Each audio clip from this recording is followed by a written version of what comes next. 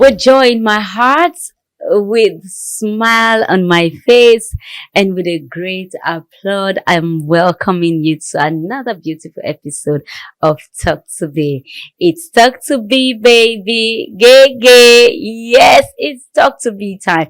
You should know that at this time, nothing is more important. Yes, it's time to learn. It's time to be refreshed. It's time to hear other people's stories and you feel like, how, why, when? Of course, it's happening to people because it hasn't happened to you or you've never experienced it does not mean it's not happening to another person. I am Abiola Adebayo. You can call me Biola Bio. Before I introduce my guest, please note that all views and opinions expressed on this show are solely that of my guest. They are not of me, neither are they of Talk to Be. Alright, I'll go for a short break. When I am back, you'll meet my guest. Please don't go away.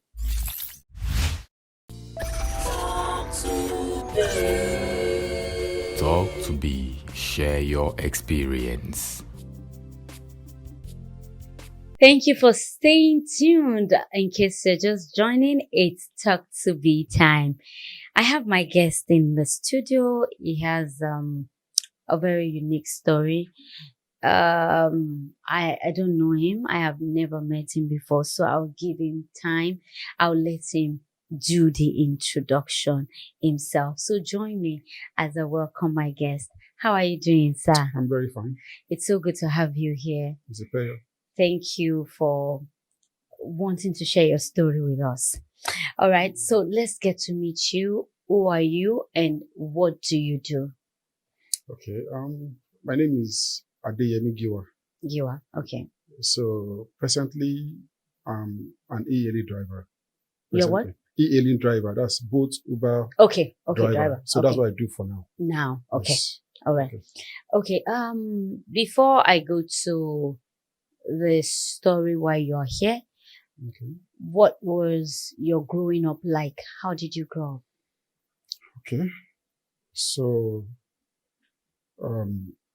I was 48 years last month, September 20. So that means Belated happy birthday I to was you. born in 77. Okay, So, but I'm from Ekiti State, from Ado. okay, sir. So I grew up in Akure. Okay, ṣé ẹ burú? No, at all. Ẹ kàn lágídí ni. What's up there? So I grew up in Akure. Okay, sir. And growing up, Mm. I grew up with my father's elder sister, Okay, your aunt. my Okay. aunt. So she happens to be the breadwinner of the family, Okay, But I didn't know how I got to start living with her.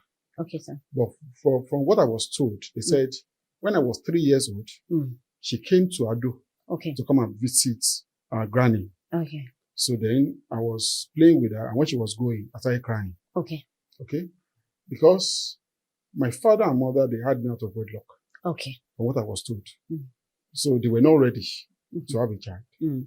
And so when my mother got pregnant, my father was like, I don't want, go and do something about it. I don't want to have a child. Mm. But my grandparents insisted Mm. that he must marry her. All right?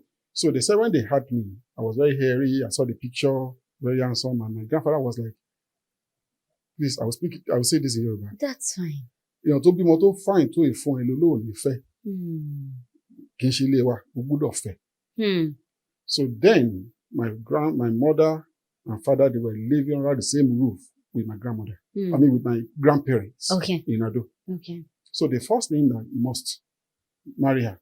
And Okay. he had no choice.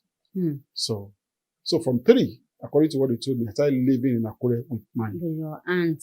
I Your call her Big Mommy. big mommy, of course. Because she has done a lot for everybody in the family. Okay. Right? Like she sponsored 2 of her younger ones to school. She has done so much. And she Okay. was a nurse At that time. at that time. So I remember that the first time I started realizing that she wasn't my mother, my biological mother, was the fact that I was very troublesome while growing up. So whenever I do anything, when she's scolding me, all those kind of words were always coming out. That was when I realized She was not my Was not mom, biological mom. my biological mom, you know. And my biological parents, even when they come around, they don't really treat me specially because they don't want to offend her. Yes. Because they were calling her Mom Yemi. Mm. All right. So, and as at that time, she didn't have a child. Oh. So, and they said, if I start living with her, probably she will have a child. us.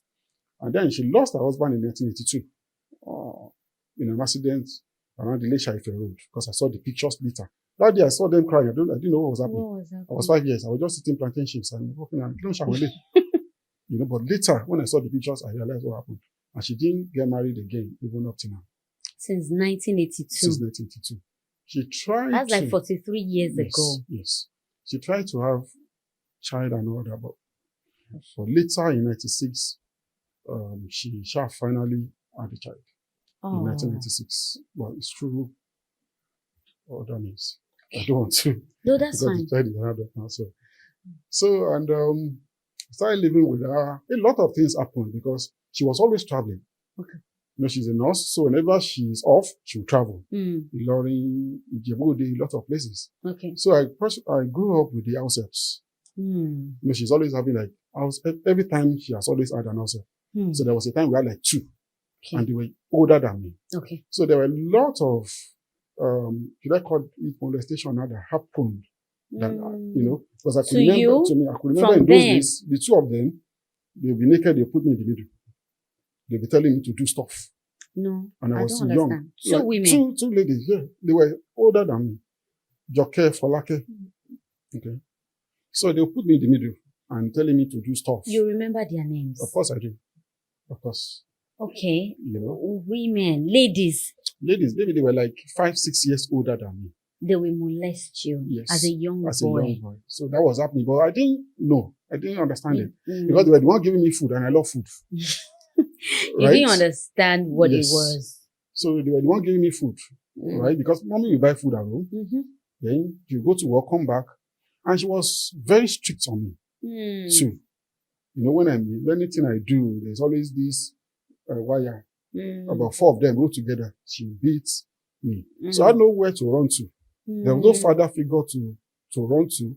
Even my parents, they could not do anything. Even when they come around, you know, it's like, you understand? So the only people that could listen to me are the houses. You understand? So that's what happened. But I went to a very good school. I went to a public school then, which was all like the best. Then but I was very brilliant in school. Despite everything, I was always coming first in school. Right? I went to Sacred Arts Primary School, Akure. Okay. You know, I was the best. You know, my mates, and we listened so they know. So, you know, the kind of child that will come back and nobody will look at your results. Because they know you'll be the first. Oh, wow. Nobody look at my results. There was nobody to put me through anything. You know, but because she was always traveling, right? She will go to whenever she's at home. You know, she's always on the phone, that kind of thing. In fact, it got to a point that myself and the outside will go and be listening to the phone, then land phone, to know when there she's traveling. Because even when she's at home, the home is hot. Do you understand? She's not the kind of person I could look into her eyes and tell her anything. Despite you being like a only she child. Was tough to me. You understand? So I could not really look at her. Because anything, you know, there was that bond of mother and child was not there. And I didn't have the same bond with my biological parents as well. Because I didn't grow up with them. You understand? So I was just like a lonely person. You know, doing stuff on my own. Okay. So, and that later affected me in life. Because when I now started having girlfriends, so my girlfriend will now be my all in all. My girlfriend will now be my mother, my sister, my girlfriend, everything. So all my life, I will share with my girlfriend. Because my girlfriend is always filling all those spaces for me. So that's my growing up. I went to Unity Akure, which is one of the best schools then. You understand? And while in Unity as well, you know, Unity then was we have a lot of rich people, rich kids, and all. So that's fine. The way I was brought up, I'll go to school, gari, kuli, sugar, no problem. All right, and I was still very brilliant. But something was not happening that really touched me while growing up.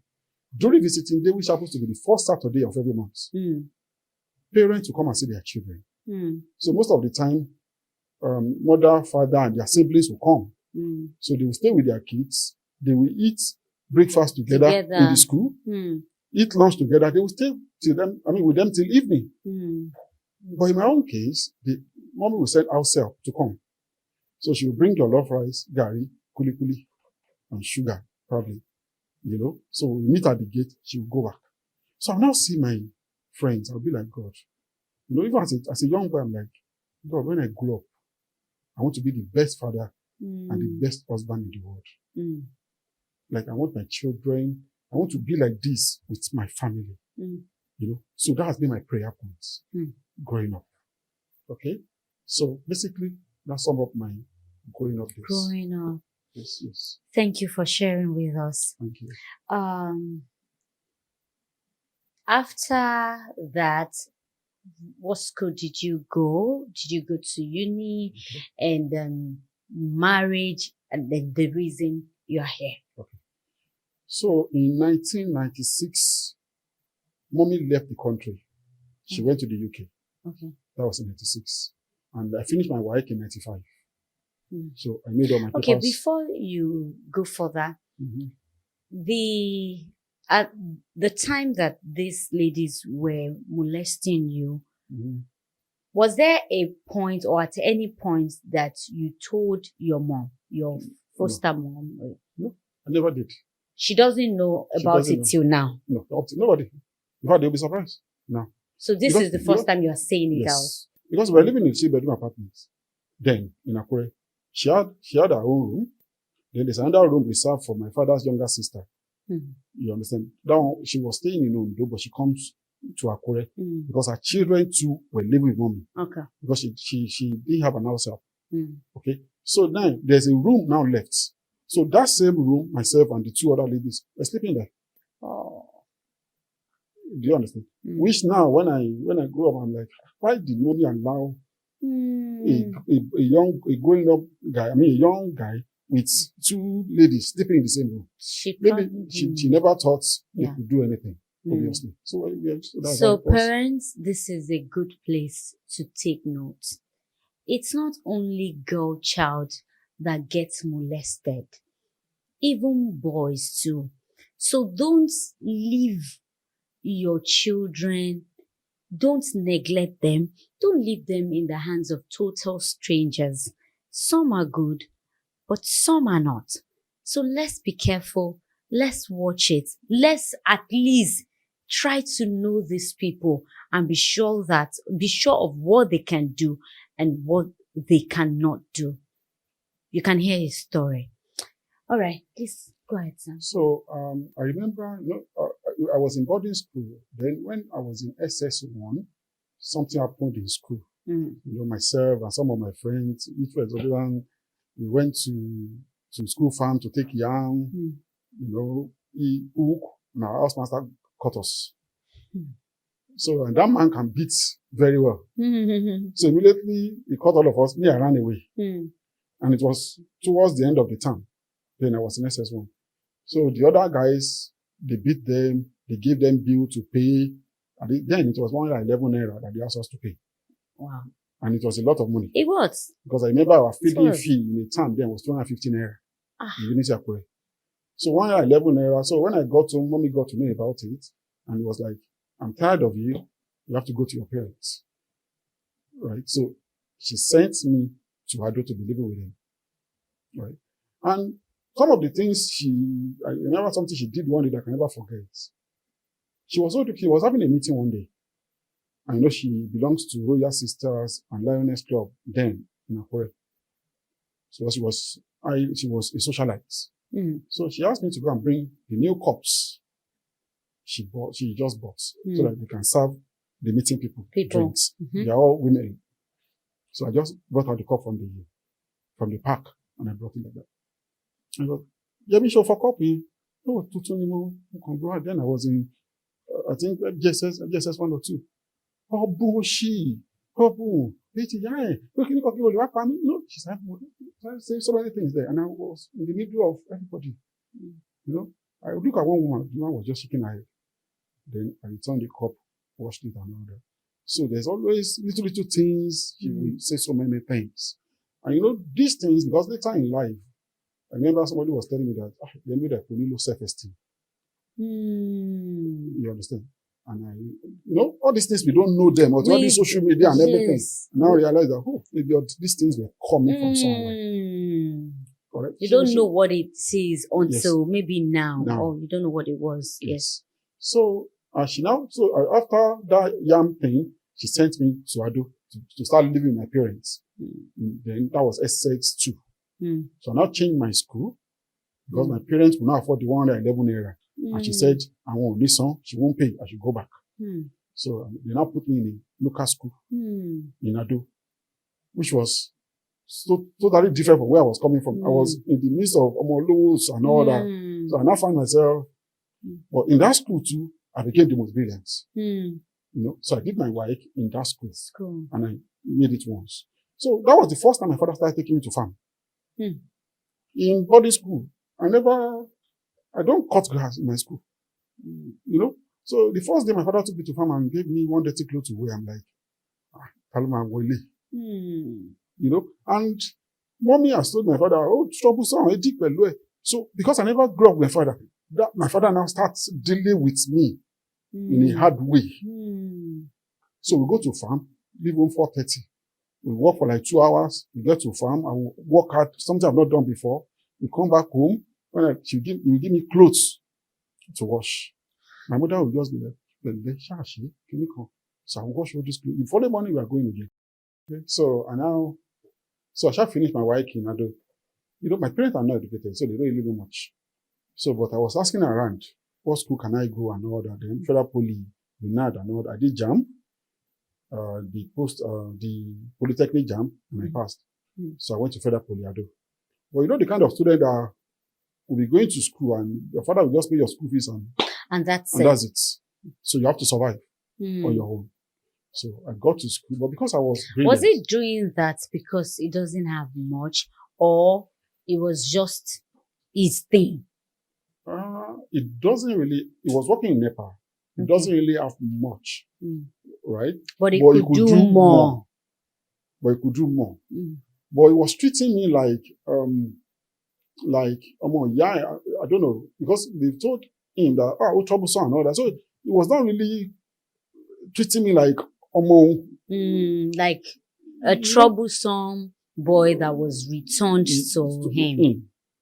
You understand? Because he felt that place that I was is the place he wanted me to be. No. And he believed that is the place. He felt you will have a better life there. Yes. Okay. So me coming to him now. I understand the picture. Yes. Is a problem. Yes. Right? Yes. Like you are here to suffer.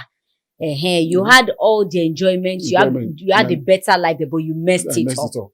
So then I went to school. You pay my school fees. So I will have to survive.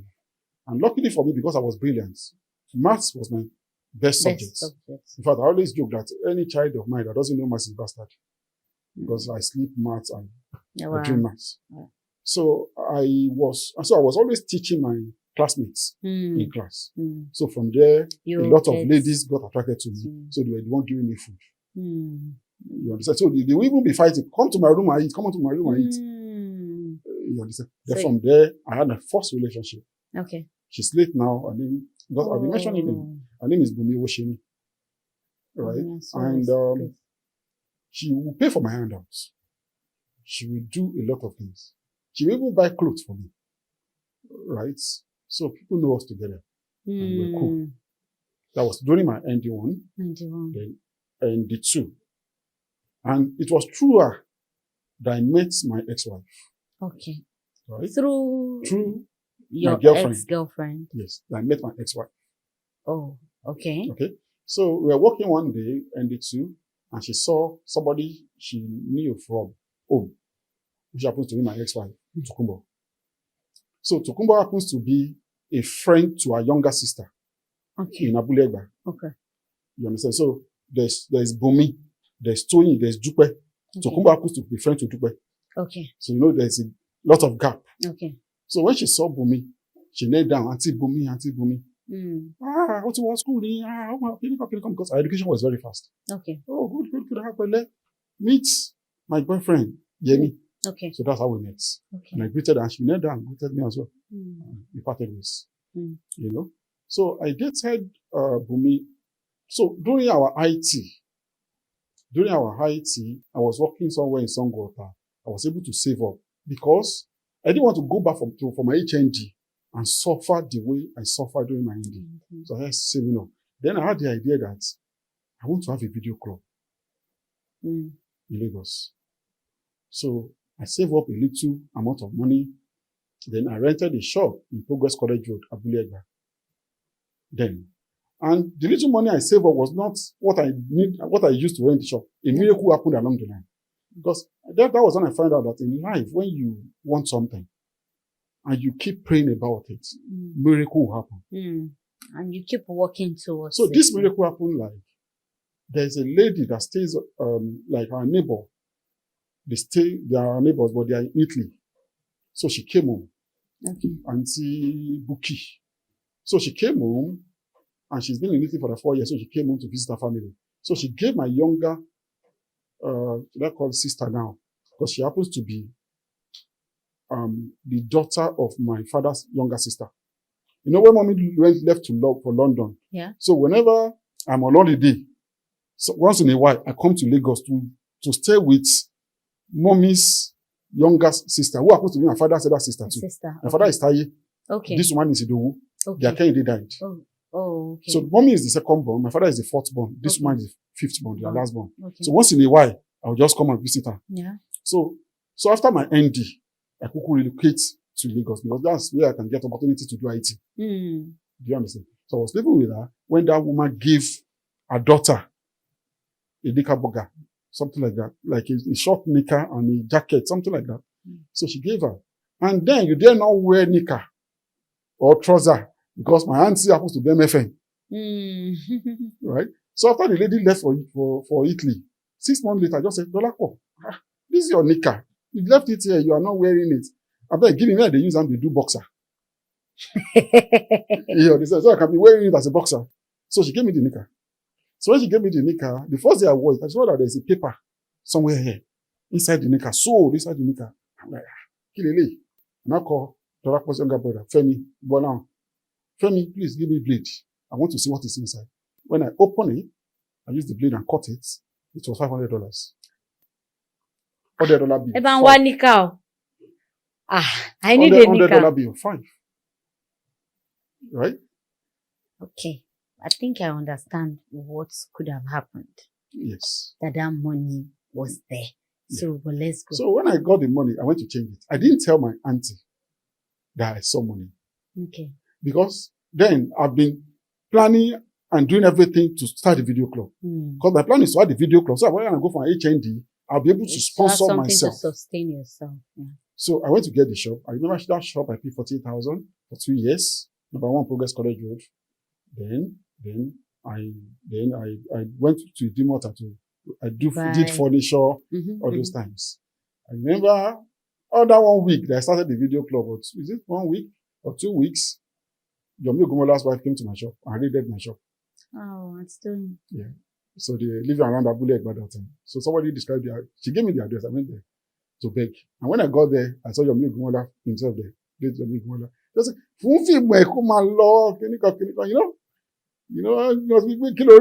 what is this? I mean, let him go.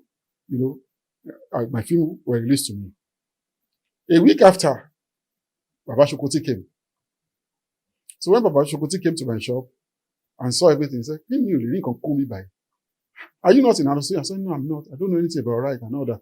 He now gave me Alaji Leki's number. He said, go to Agegi. Ask for Alaji Leki. They will tell you how to join video club. Alaji Filo and everything. So I went there. It was the one, so I joined. Okay. So from the video club, I started having money. But instead of me going for my HND, after 1 year, I decided to stay 2 years. Okay. So that my shop would have grown. So I'll be able to have a sales girl in that shop. So that when I go, I know that the shop is secure. But along that line, there was an election of VQuan. And because I was doing accounting in school, I became their financial secretary. You know, we are VQuan, Agigi, Fakoja, Keja. I was a financial secretary. And I was like 22, 23 that time. At that time. But because I had a bit of stature, so I always wear native. So I never review my age. Because both of these people are old enough to be my father. Okay. You understand? I never review my age. So they always see me as one or two dagba. But I was very young. So I made a lot of money. Then from there, in 2000, we were able to meet Mr. Wale Debi in 2002.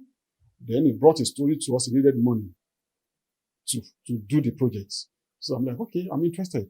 Let's see what we can do. So 5 of us, myself, and I remember Wale was there. Legacy, it's called Legacy. Moyo is my friend. So all of us team up together. Then we produced that movie in 2002. I remember the screenplay that we did in Ipaja. I was there with Kunle Afford, with Baba Tumando Belain. Then now we all of us did it together because I had passion for that industry, but not as an actor, because I know I cannot be serious. You understand? So we did that. And it was Latunde Films that released it. When you do more than a day, it was released and all that, just to monitor. Later we got money, right? And I was able to get my first apartment in 2003. So I'm living alone, right? Because I had money. And what did I mean? I was in a week. I remember I was doing contribution of 50,000, even back then. Wow. At that time. As at that time, 2003. So everything. Then I was still in school. So I would do 2 weeks in Ado.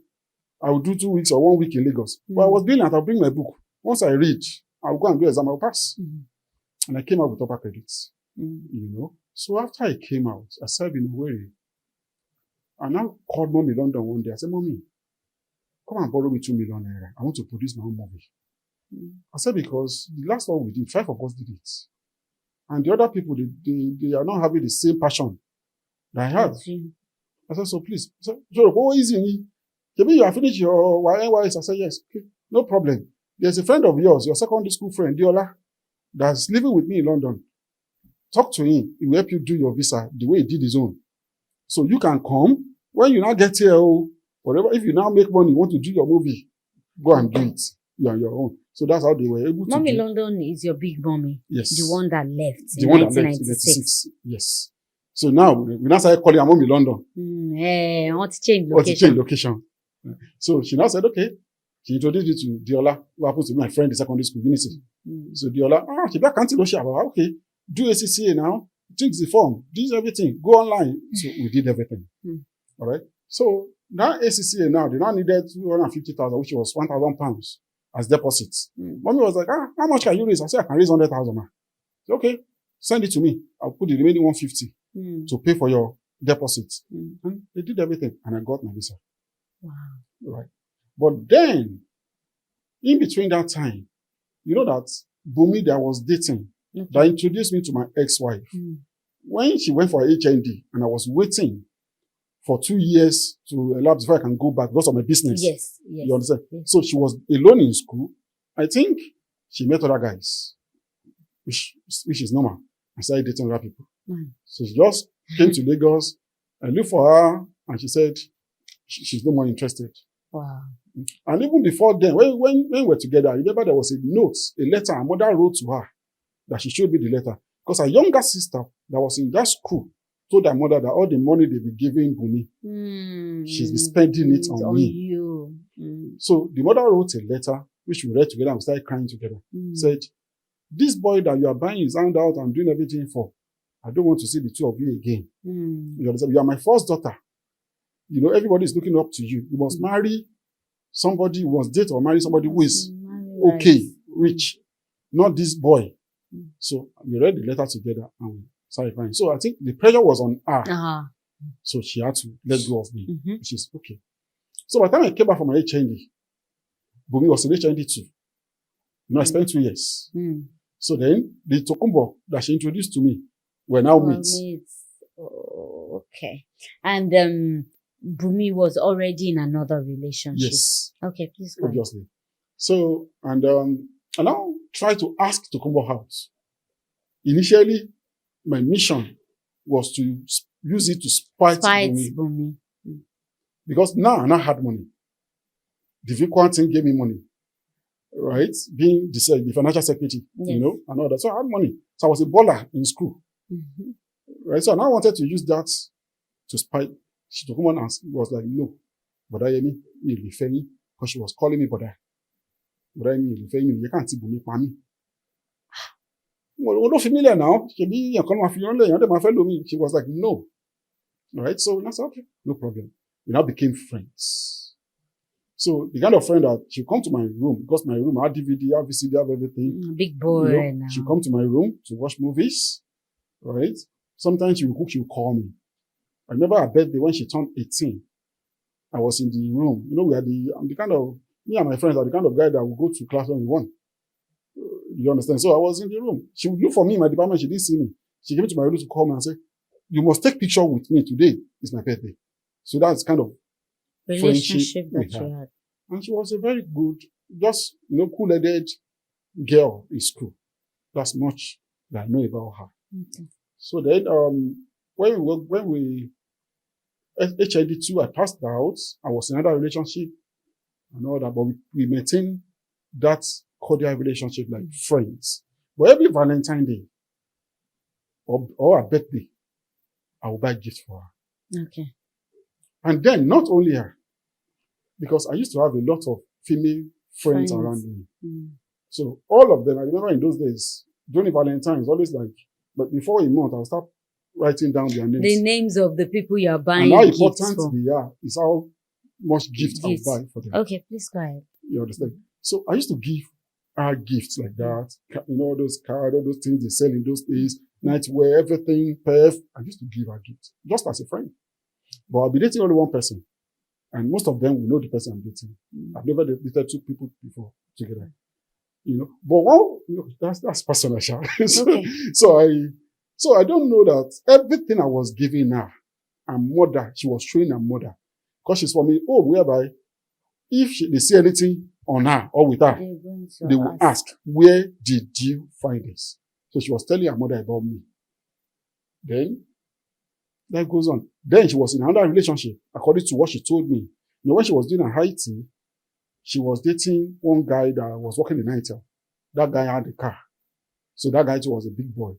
You know, so they were dating. But the guy never came to school to visit her. So I was always fighting her that, what kind of relationship is this? Because I was looking at the way I handle my own relationship, like, what kind of relationship is it? Say, I like it that way, no problem. So I let her be. So when I finished my youth service in Owerri in 2005, March, she served in Benin. So, you know, I was living alone. Then all of a sudden, in the night, she started calling me in the middle of the night. She would call me like 1 a.m. I'll pick her call. I don't need to come, but we'll come aboard. Now she's just bored. She just want to talk to me. So we just gist. So she did that for like 4 or 5 days. You just started up a relationship. So now, yeah, I'm like, okay. All right. Let's go. We started a relationship from there. And you know, I'm like, this is somebody I've liked before.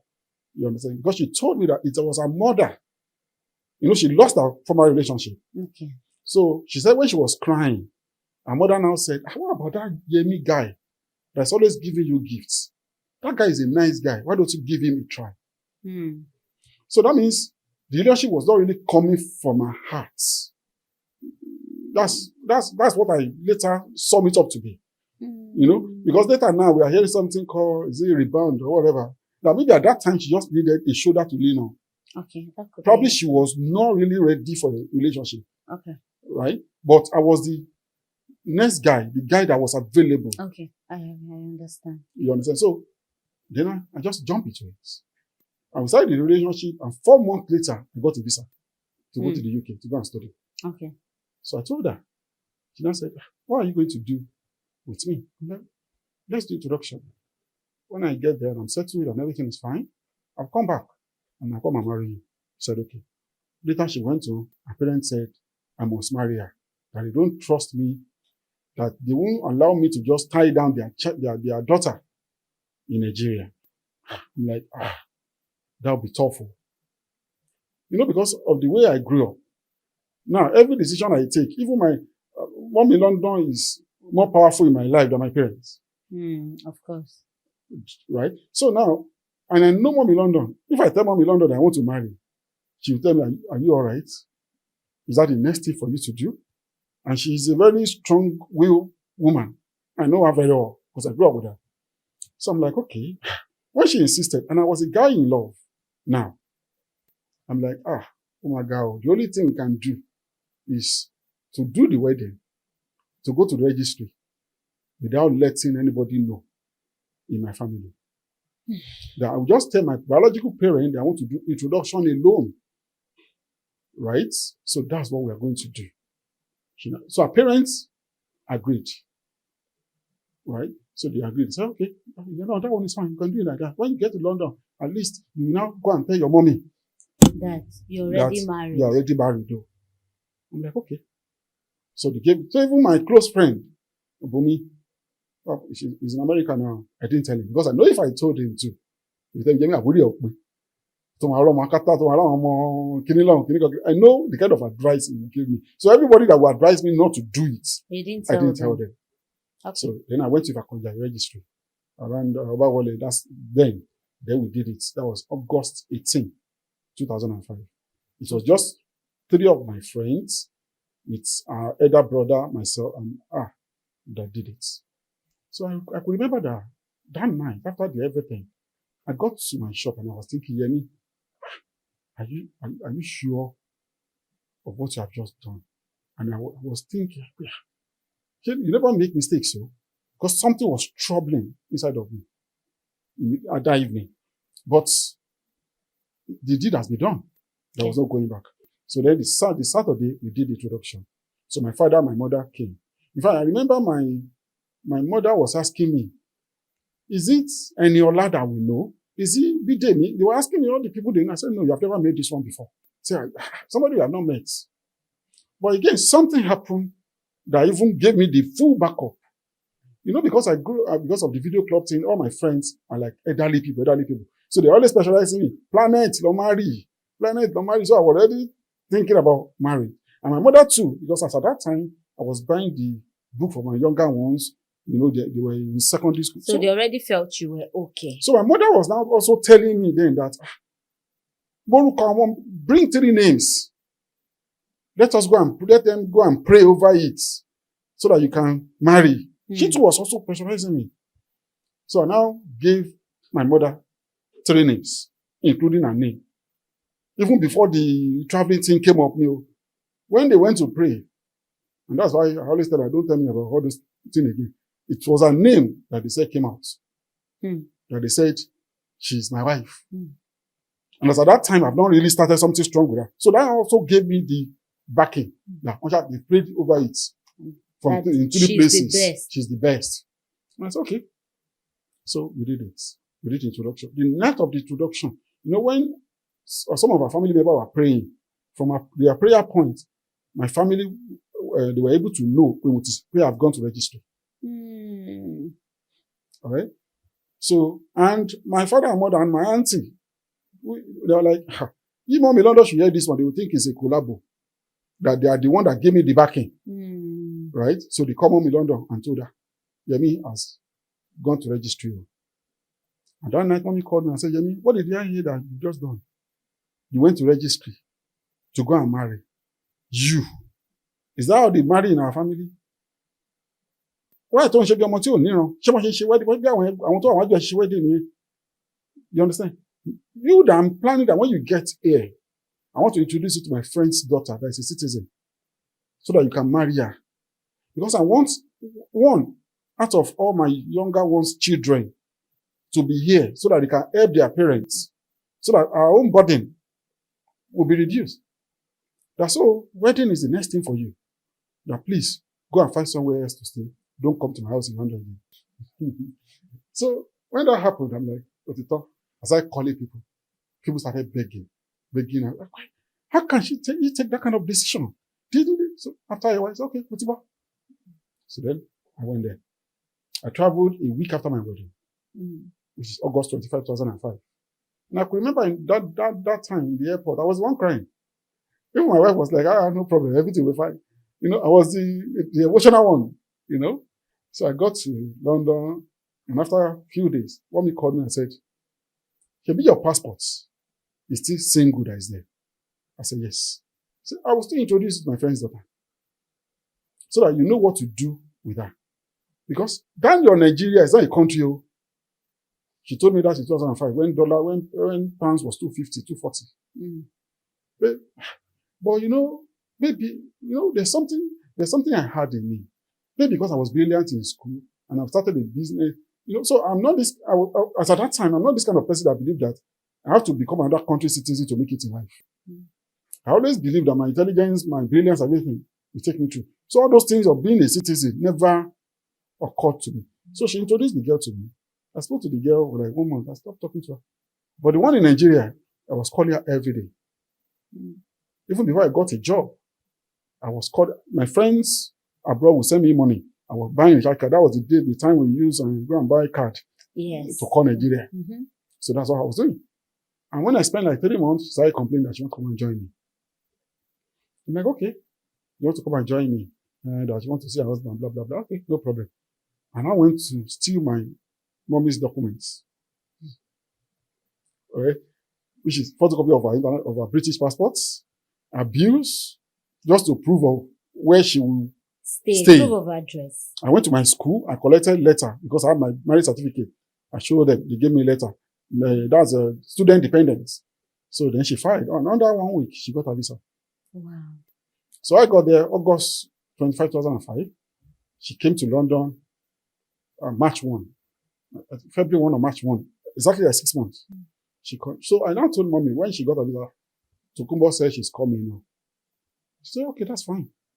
Well, she can come, you know, because then she was working in First Bank as a secretary in First Bank, Igomu branch. So mommy said, okay, she can come. So I remember we live in Abbeywood in London. So our house, my room in Abbeywood, because it's a 3-bedroom apartment, mommy changed the bed, bought a bigger bed so that it can be comfortable for couples to stay. Mommy is such a great woman. You know, so she did that, and she got to London. We were living together. Then I was schooling because my school was in London Bridge, London College of Accountancy. So I was doing just 20 hours of work, which is the legal time you can work as a student. You know, it was a care assistant job then I was doing. I was doing care. I was working in River Island. I was doing 20 hours. So then after like 2 weeks, she said, we need to move out of mommy's house. I'm like, why? She said there's a clash between herself and mommy. Who will I side? How will I handle it? I'm like, okay, no problem. I remember that mommy was somebody I was so scared of growing up. So even me facing her to talk. Tell her that you wanted to leave. Was tough. But now I'm now in between. Now I have to act to my wife that I'm man enough to be her husband. Do you understand? So now I went to meet mommy. Mommy, I fell Logbali. She said, oh, okay. Our reaction was surprising. Like, no problem. But I know there's more. Because I'm a genuine. Yeah. Okay. Goes to her. It was later I realized she did that because yes, now. And she said immediately she has studied my ex-wife. She understood that she knows that Yemi is a cool person. I'm a day. Yemi. All right. And I think my ex-wife too have seen that this woman too is a tough woman. If Yemi continues to live under her roof, you know, a lot of things might not happen. You know, so I think the two of them, they know themselves. Amy, they didn't know anything. So, and I got a house in the same Abbeywood, close to mommy's house. Just a room, shared apartment. So we're living there. So when we started living there, I'm like, babe, I think maybe more. I can't have a child now because I have to finish my course, which happens to be 2 years course. She was like, no, we have to have a child. I'm like, now we can cope with it too. I'm like, She said, she now brought out one paper that her father has drawn the circle of women's circle. This is where ovulation, this is this, everything. That's so her father has told her that we should have a child first. You know, I don't know what was happening to me. Like, I didn't have a voice. Everything. So because I believe that in marriage, you must agree. Like, so I didn't see myself using the manpower over her. Like, this is what I want. I must get it. You understand? So whatever she says, I just, okay, no problem. So we had our first child in seed cup, Queen Mary, in April 26, 2007. You know? So, Obere, we're still living in that one room. Okay? But before she got a job, when she got to London, when she was sitting at home, I'm like, oh, the joke will leave her. You can't sit at home like this. I Googled and I got her a course, a legal secretary course, because she did secretarial studies in Nigeria. I'm like, go and do this course. It's just 3 months course, £3,000. I paid. She went to do the course. I told her father was very happy till she gets a job. You know, she did that course, then later she got a job. We had our first child. So when we had that child, what I discovered is, you know, after that, our sex life became terrible. Okay? Everything went down. So I started complaining. Started asking her why. What's happening? You know, I was the only one that was always making the move every time. You know, she said everything is fine, no problem. And I'll take her out to try to talk to her. Then at the point, I'm like, probably because of the bad experiences she has had in the past, which she told me. I think she has had about 2 rape cases, right? Which she told me. So I'm like, probably she doesn't like it. I just gave up. So I just gave up. I just accepted my fate like that. So, but 2 incidents happened in London that I should have probably suspected that something was wrong. The first one was, I remember my mommy called me, my biological mother called me in Adu. I said, Yemi, there's a land where our grandfather used to farm. And the land was going for 40,000 per plot then, in 2007. That I would love you to buy it. I'm like, no problem. So I said, let me tell my wife so that we can decide. I told her, I said, no, you can't buy land in Ado. How will you go and buy land in Ado? So that if anything happens to you now, myself and my daughter will not have problem. Like, what will happen to me? I said, no. I will get my brother to get you land in Lagos. I'm like, okay, no problem. I told my mother, we're not buying land in Ado, we buy in Lagos. So our brother got us 2 plots of land in Mowe, which was going for then 300,000 per plot. It was Eco Insurance that sold the land. So I'm like, okay, I'll buy 2 plots, 600,000. And I was having like £1 million, which is £4,000 then in my account. I'm like, I'll buy 2 plots. So when I wanted to pay, she was like, no, why will you pay for such thing alone? I'm like, Papa, I have the money. And besides, that was when she was having a maternity leave. She just had my daughter, 2007. I'm like, I have the money, I will pay. She said, no. My husband cannot do something great like that. And I will not add something. I'm like, okay, madam, what do you have to contribute? She said she will contribute £200. Then 50,000 naira. So she gave me the £200 and I added the rest to make 600. I sent it. So when it was time to write the name on the land, a brother called me and said, Daddy, Yemi, what name? I said, Mr. and Mrs. Giwa, of course. Innocent me. I don't know anything. Then he said, okay. Then my wife asked him, said, no, they can't write Mr. and Mrs. Giwa. I said, what else should they write? Should they write my name alone? She said, no. Should they write my daughter's name? He said, no. She said, they must write Mr. Adeyemi and Mrs. Tokumbo Victoria Giwa. I'm like, what's the difference between that one and Mr. and Mrs. Giwa? She said, if tomorrow now you marry another wife, that other wife becomes Mrs. Giwa. I said, which one are you thinking about marrying another wife? We don't have problem. We are not fighting. Why are you thinking? I said, that's how she wanted. I remember this is a lady of 25 years then. I was like 29. So I don't know where all those thinking were coming from. So I said, okay, sir, write it the way she wanted. All right.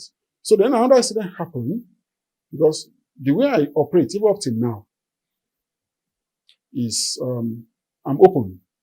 So in those days, there were Facebook, email, even my own. We have each other's password. I don't hide anything. So I'm the one that always go through emails. Even when they pay, I'm the one that tell you, what's somewhere and all that. So one day I was going through the email and I saw her ex-boyfriend, the guy she dated before we met. Yes. Sent her email. I'm sorry the way I treated you. I was told you are married now, you're now in London. I just want to tell you that I still miss you. message like that, like on email. When I saw it, I read it. When she got back from work, I'm like, Tokubo, that party sent me, can you see? She first of all east, work knowledge. She read the mail, she east, and she left.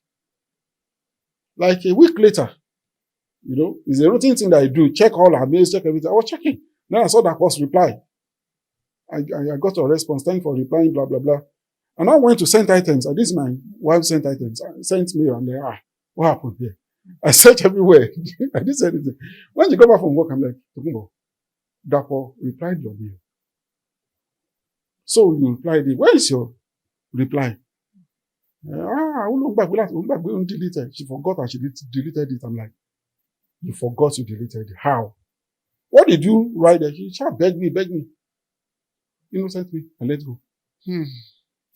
So it was later when everything crashed that I was now remembering all these things. And let it go. So then, we were in London till 2008, October 1st. From 2005. So we're there till 2008, October 1st. So but before that time, my ACCA, I started getting 49, 48. I was meant to pass 10 exams and become a chartered accountant. I passed 5. So the remaining 5, I started getting 49, 40 because I was overworking myself. I was doing 3 jobs. I was working as a security guard, my SIA badge. So sometimes I work in Wembley Stadium. So I was working as a security guy. I had a permanent job in B&Q, Belvedere. I was doing that 120 hours, which is my main job. I was working as a care assistant nights. So I can do like 3 nights. Then the security, I would go to Wembley. Were writing exam. And I was going to school. So if there's a clash between school and work, I will go and work. Because after to be more first child, after I had my first child, so she had my first child. So she would go to her friend's house and she would come back and tell me how beautiful the place is. The big television they have.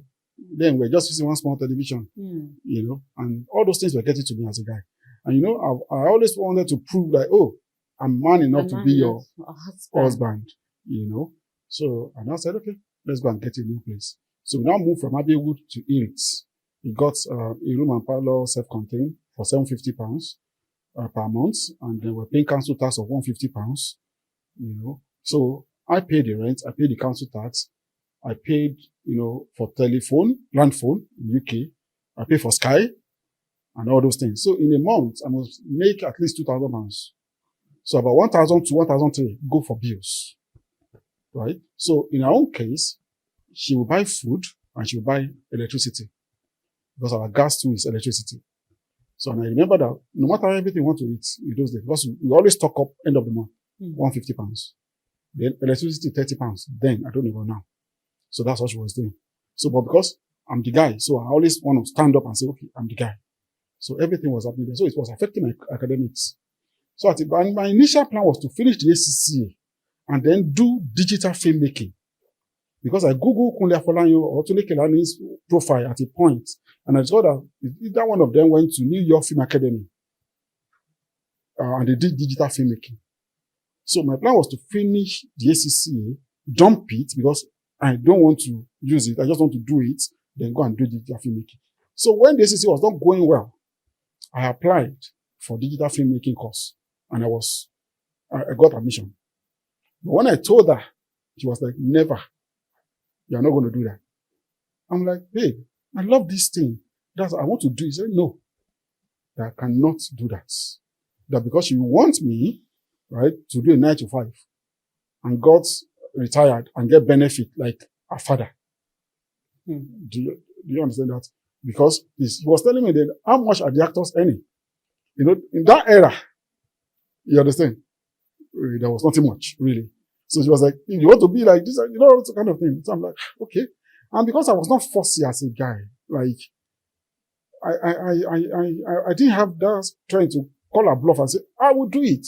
And because where the school was kind of far from London, I have to take about 2 trains. So if I have to do that course, I will need that support financially. It will affect my work, obviously.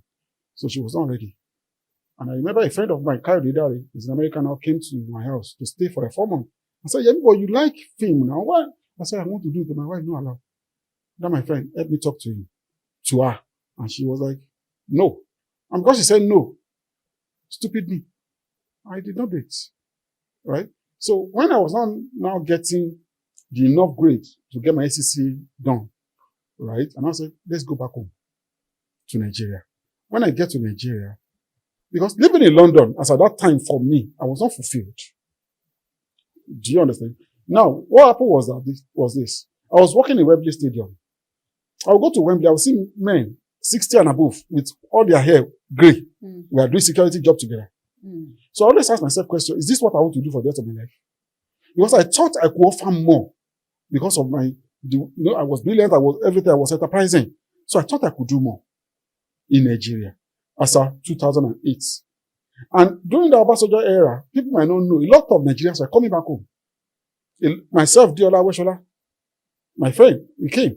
Kola Jason is a professor now. He's lecturing in Canada. He has gone back to Canada. We all came back home because people were coming to London, some of our friends, to shop, to have fun. All those bankers then, in those days, all the heights. So they were telling, come back home, Kila Ishebi, So all of us were coming. So I actually came back in 2008. And for me, left? Yes, on my own. But you were going to school, right? But you didn't finish. I did finish because I was not getting the 50 pass mark because of my work. So you told your wife that you wanted you guys to relocate back to Nigeria. Yes, and she agreed. She agreed Yes, to come. yes. Okay. Good. So it was a joint decision. She agreed. Okay. Because as at that time, I had my 2 plots of land in Mowe. Okay. So I used to do something. Whenever they are doing sales, we always buy all these clothes and send it to. Okay. So I was having about 2 million naira in my accounts. So shares too. Out of my 2,000 pounds, I was sending 150 pounds. I was sending 600 pounds to Nigeria, which is 150,000 then every month. So I had about 3.5 million naira in shares. As at that time, all this public offer, Japan, everything they were doing, I was buying all the public offer in those days. So in my mind, I thought my shares of 3.5 million, at least if something add up to 5 million, I can start a business in Nigeria. And I have 2 million naira in my accounts already from all the sales things we've sold. You were on a student visa. On student visa. But I was overworking myself in order to sustain my family and to also have something in Nigeria. So I was doing all that. So sometimes I do like 45, 50 hours. Whenever I go to Wembley, it's 11 hours. It's straight, sometimes 12 hours. The care assistant job, night one, at 12 hours. I can do three nights. Okay. So I was working. School was suffering. So when I discovered I could not meet up with the 50, I was getting 40. Instead, and the school money was high too. I'm like, okay, let me leave this thing and face work. So when I work and I have something in Nigeria to fall back on, you go back home. So for like 1.5 years, I was just working, and the digital filmmaker I wanted to do, she didn't allow me to do it. It's over her dead body. All right, so I was just working, So and you were paying bills. I was paying the bills. So the remaining money, 600 pounds, I was sending it to Nigeria. You understand? So, and I used to have these friends, that I thought were wiser than me. So they would tell me, Yemi, buy shares, buy this. So everything they were telling me to buy, I was buying. In fact, there's some are private placements. Was she aware? When I bought the first one, she was not aware, but later I told her. You understand? I told her. Was she in support? Of course. Okay. Of course, she was. Right. So you told her to come back to Nigeria? So yeah, we came back. We came back together. Okay. And when we got back, we were living with our elder brother, in Tulegabi, Ogba here. Okay. We were living there because they were living in a 5-bedroom duplex. And it's just the husband, wife, and the house help with the child. So we're living there. Because I told them to help me get a place. I said, it's difficult to help you get a place in Nigeria. When you get here yourself, you can come and get a place. But for the meantime, stay in our house. So myself, my ex-wife, and my daughter were staying there. So we're there. We stayed almost a year there. Because it was from there that I started a business. So then the business I now started was, all these TM Lewin shirts in those days. Us and Curtis shirts in those days. So I now changed my visa to visiting. Okay. So I will now go to London to buy. Pack the shirts. So when I buy 100, they give us discounts. Yes. You understand? It was £25 in those days. I've forgotten. 25, Before for 100, £30, all those things. yes, I remember. So I bought a car when I got back from the money I had. So I'll put them in my boots. So because I'm an accountant, I did accounting in school. I have a lot of friends who are working in banks. I'll go to their offices. I was selling. So then I employed a lady, a copper, as a marketer. So I was marketing ladies. She was marketing guys. And it was so simple for me then to market ladies. Because, yeah, just go back. So everything, I was dripping from head to toe. And once I see any lady, once I size you up that you can buy my product, I walk up to you. Hello, you look good. My name is Yemi. I say stuff like this. And Nigerian ladies, trust them, when they look at me from head to toe, they smile back. I collect number, I collect card. And so when I go to London, I'll call them. Is there any other thing you want? Then we go to Liverpool, buy bags, buy pants, buy everything. You know, I was selling. But I'll tell you why. People were buying on credits. You know, somebody can buy 100,000 worth of goods and give you 3 check. You get one, you do not get the remaining 2. You start pursuing them. You know, and this business is capital intensive. Like, for example, in those days, I remember in those days, flight to London then was around 100,000, 120. Yeah, 110. Yes. So for me to go to London then, I must have at least 2 million naira to go and buy stuff. So now, when everybody has now, they have your money with them. So you have enough to go. So at a point, I was going to a microfinance bank in Toyin, Fina Trust. I remember my friend's sister was working there, Auntie Buki. So she assisted me. I was getting loan. So then the loan, they can give me like 500,000. I must pay 550 in 30 days. I use my car as collateral. So sometimes my goods are still coming. The loan don't expire. I will now go and borrow from another place to pay. So it's like I was using a short-term fund to do a long-term project. So at a point, I could not cope. All right. So, and I could remember when Sanusi, when they liquidated Eco Bank and Intercontinental Bank, a lot of their staff were owing me. I remember some paid after 2 years. They said, I want to they don't have a job there. Is their parent that's feeding them. What will I do? So when I could not cope with that business again, and I look at it, what can I do? I said, okay. In those days, when I used to sell clothes, my customers are always admiring my clothes, the way I wear them, the way I do them, iron them and take care of them. They're always asking me, Mr. Yemi, who is laundering your clothes? I'm like, that's a business line though. Let me go into laundry and dry cleaning. So I now went, instead of not doing anything, I now went to laundry and dry cleaning. Okay. You know, so I was doing that. I started that one in our house. Then we're now living in Shandisha. So we're living in 3-bedroom apartment. I converted one room to my office. So I employed people, but then I didn't know that dry cleaning is deeper than just washing and ironing clothes. You know, I just started out of not having anything to do. Now, all these Ogba, GTB, you know, all of them used to be my client. You know, when I had money, I used to come there to bank money. So they know me, all their staff. I happen to be one of the customers that will come to Ogba GTB, and from the security, they will just pass me in. I don't queue. They will collect my money and go because they know me. You understand? In fact, they see a guy, all those white security that wear white, that is now in the main. So whenever I go, they still, Baba, long time. Well, Baba, not be Baba again. But we thank God for everything. So I used to be that kind of guy. So all of them, they were giving me clothes. But now, I will see white shirts. All the armpits will be black. I will wash. The thing will now will still be there. I don't know what to use. I never knew they use chemicals. You know, so I will do my best. I will return. But they were not getting value for money. It was not coming out the way their former director was doing it. You know, all those ladies on the locker, all these places, why it will be like, it was later somebody introduced me to chemicals. But by that time it was late. I've lost a lot of customers. They were saying, there's one for Muko, there's one for this. And I started learning on the job. So I did that dry cleaning thing inside my house for like 3 years. And I could remember one day, one of my staff saw my bank statements for 2008, 2009. I said, Oga, now your name gave this bank statement. I said, yes. Is this your account? I said, yes. So you are here washing and ironing with us. You cannot do this. If it's somebody else, well, you would have gone and do cocaine or do anything. I said, I can't. You understand? We have to, you know, I can't do such. You know, so I was doing that.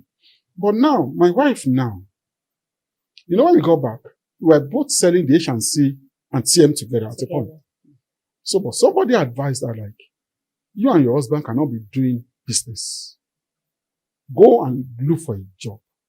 So that you know that one income is coming in regularly. Because business can be funny. And she told her, I said, fantastic idea. No problem. So she started looking for a job. And under like 2 months, she got 2 jobs. One with a Chinese company, and the other one with a one-man business. That man wanted her to be the confidential secretary and personal assistant. The Chinese company, the salary was 100,000 per month. But she'll be working on Saturday till 2 p.m. And the office was in Ilupeju, but they told us that under 6 months, they are moving to VI. And we were living in Koseketu. Now, the other job, the salary was 140,000 per month. It's Surulere, Bode Thomas. Now, this 140,000 per month is splitted. Every month you take 60K. Then twice a year, you collect 500,000 naira twice a year. Then another 120 for leave allowance. That's how the salary was structured. So, and they now said, the first month she starts work, she'll get the first 500,000. Then after 6 months, she gets the other 500,000. So that one looks so enticing to us. Okay. Well, I remember her father called me and said, let her go and do the other one. That one is a more structured company. Say, because this one-man business that is not in support. The father is the only one in their house that says the truth. But his voice is very low. Because the mother will shout him down. You understand? I never saw that until I got married to them. You know? So, but I'm like, say it's VI. The traffic, that was the area of traffic, a lot of traffic. I'm like, the traffic coming back, it will be too stressful. And again, there's Saturday work there. No, I want her to work from Monday to Friday. I have 2 days for the family. I don't want You that. were the one who disagreed. I was the one who disagreed. Because the father gave me the option of, whatever you say is the final. But for him, if we want her to work in a better structured company than a one-man business, maybe the man saw tomorrow. You know, but I was like, no. Because in my entire life, I never, for once, thought that my wife can cheat or do anything funny. Because I was a lover boy. I'm this kind of guy that will sacrifice everything for my woman. You understand? And I felt all the sacrifice and all the struggles we've been through. You understand? That is enough. Okay, so. Right? So, and I asked her, okay, go and do that one. Then she started the work with that one-man business. The wife of that man was there, was working. The man is the chairman, the wife is the manager. There's the way they structure the business. So they collect contract from government. Then they have house. At least, and I remember at that time, the man had about 12 block of flats in River Valley. Osaka, London, the same 12 block of flats. So my ex-wife was managing all the properties. So she's the one that will write the tenants like 6 months before. Do you want to renew your tenancy or not? You understand? She's the one that knows where money is coming. So she was managing the man's real estate and all his files and everything. And I was cool with it. But she used to tell me that the man likes women. You understand? So most of the time when the man is with any of his female friend, it's my wife that will go and pay them on Monday. Go and deposit money into their account. You know, all those kind of things. So she used to tell me, well, one man for himself, I don't have any problem. Then, all of a sudden, the man will call her like a Sunday or Saturday that he needs her to come and help him do something in the office. I will drive her there. When I get to Bode Thomas, I'll park downstairs. She will go up and assist the man. Sometimes I'll be there for 2 hours. Then after, I will drive her back home. I don't have any problem with it. So then that continued. But there's one aspect that I forgot that is very, very important that happened in London. I don't remember, I don't know if I said that one.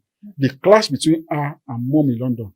That I went to go and fight mom in London because of her. Okay. So that one is very crucial. That was before you left her Before house. we left. No, after I left her house. Okay. Before we left UK, because it's very crucial.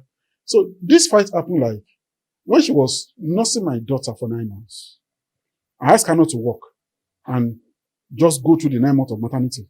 So I was the only one working and doing everything. But the company they were paying her some percentage of her salary for that 9 months. So Mommy London saw that and was not pleased with it.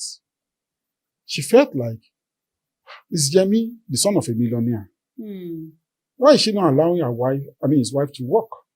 So Mommy told Biola, my friend, I said, talk to your friend. I don't want to involve myself. So that one small girl will not insult me. At least she's here. She can, whenever she's off duty, she can be helping us to take care of the child while she goes out to work. So Biola, my friend, now told me. And the gullible me, I told my wife.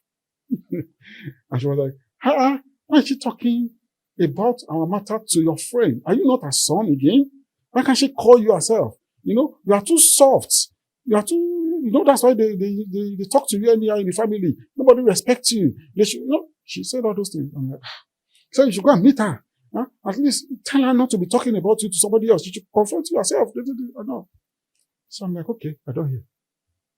So I find an avenue. I went to meet Mommy. And the Mommy, Biola told me this. I'm your son. Why did you tell me yourself? So I told Mommy. Mommy was like, no, she didn't tell Biola. I'm like, she didn't. That's not how she presented it to Biola. You understand? But everything is cool. She's not angry with me or anything. So I left. I got home. I told my wife again. I responded. He said, how did you ask? He said, how? You're supposed to show that you're hungry. So that henceforth you know how to talk to you, Okay. I said, Motibo, I don't hear. So Mommy now called Biola a few weeks later. I was blasting Biola that. Is that how you're supposed to say Present that it to them. to your friend? So when that was happening, my younger auntie, her daughter was already in London too. Mommy has done her own visa. She was already in London. So she heard the conversation. She now called me on the phone and said, Uncle Yemi, that matter. Mommy sọ pé àwọn sọ fún Uncle Biola, òun náà sọ lọ́wọ́ nsìn kí n máa bọ̀. And our house was so close.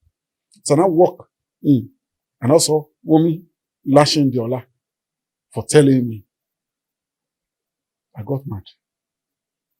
I'm like, okay, what rubbish is this? Well, ask me this. You said you did not tell her. You did not tell him. What do you mean? Do you think I'm like my father? That you can talk to anyone that cannot look into your face? I said so many nasty things to her.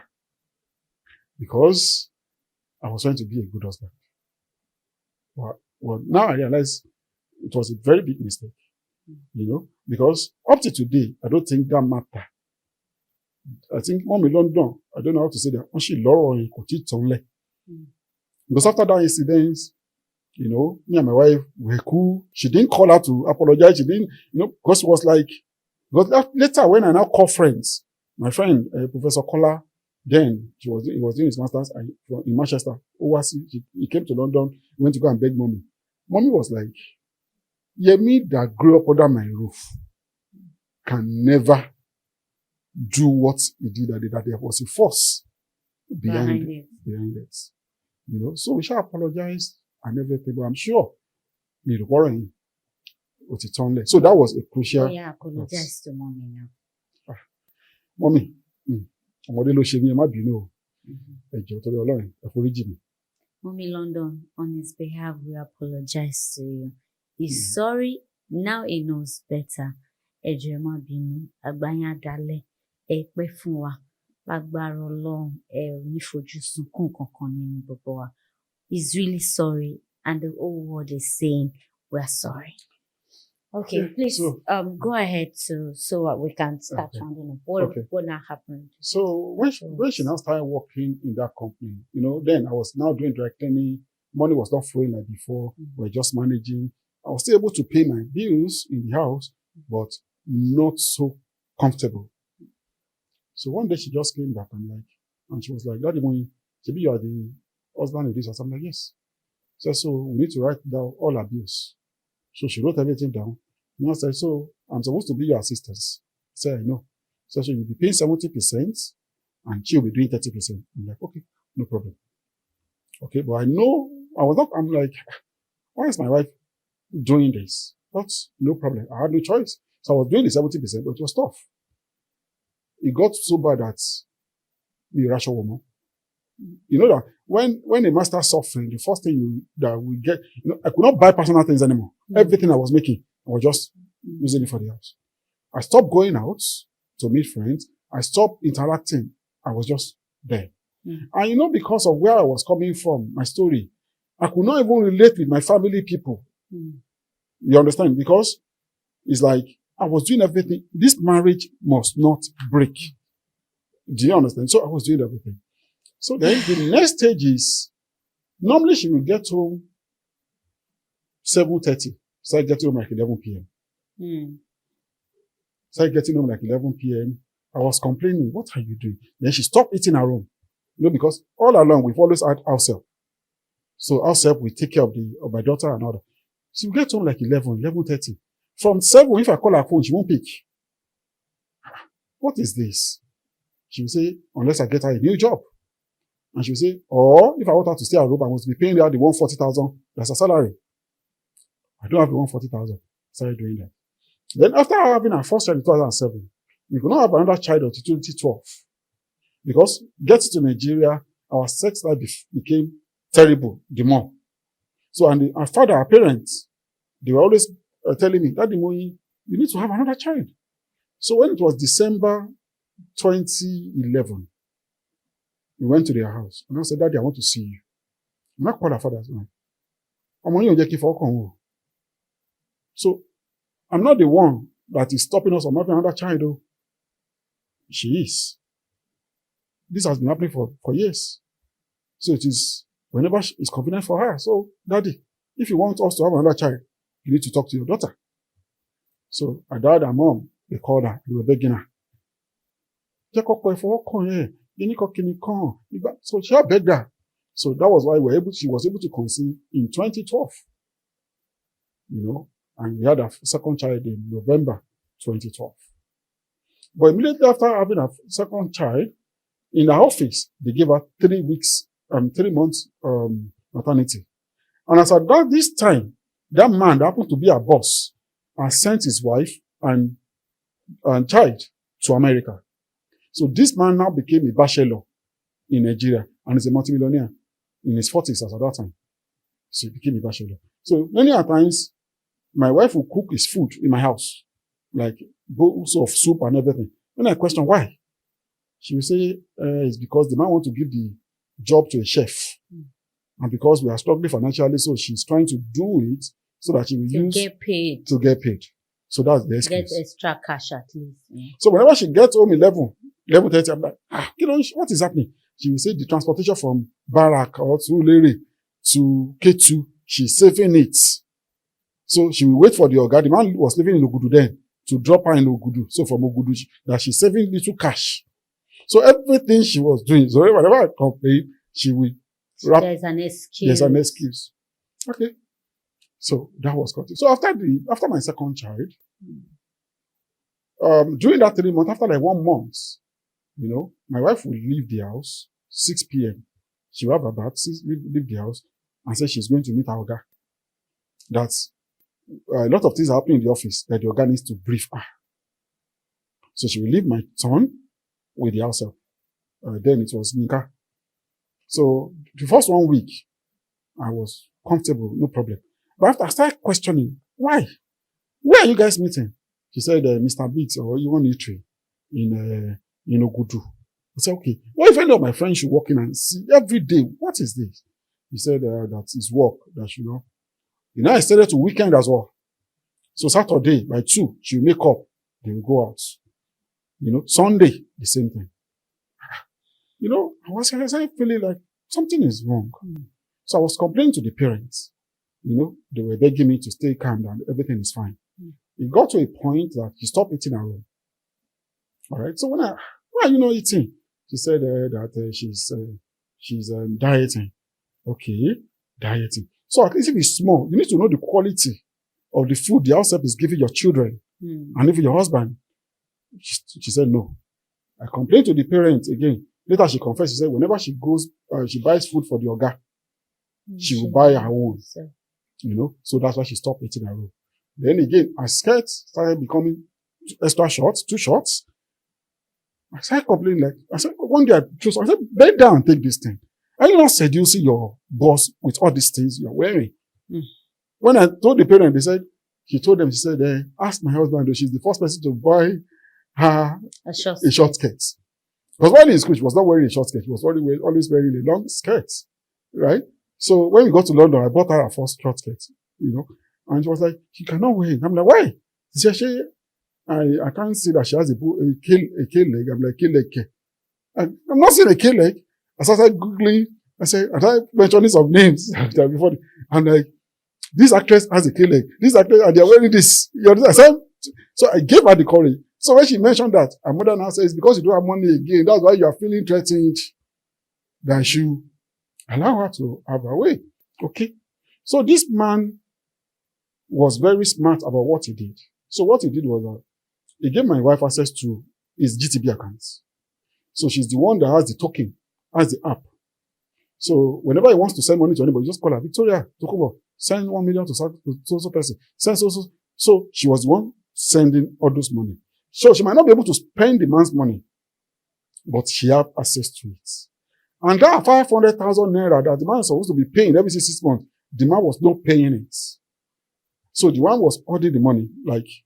So whenever she has something important to do, she will now need to go and meet the man. That man will now ask her, kilo 5 fishy. So if that thing is important enough, the man will give out of it. And to her too, she was thinking, this man get money, so let him be helping me to keep the money. So by asking her what she wants to do with the money, the man was knowing what was going on in her home.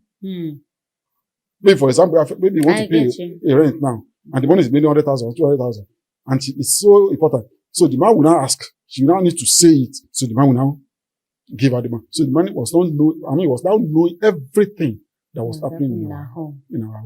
And that was the beginning of the problem we had.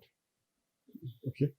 So going forward, it got to a point whereby she would call me and say, around 6 p.m. and say, Daddy Mui, we are working in Ibadan. She thought she would be able to get home.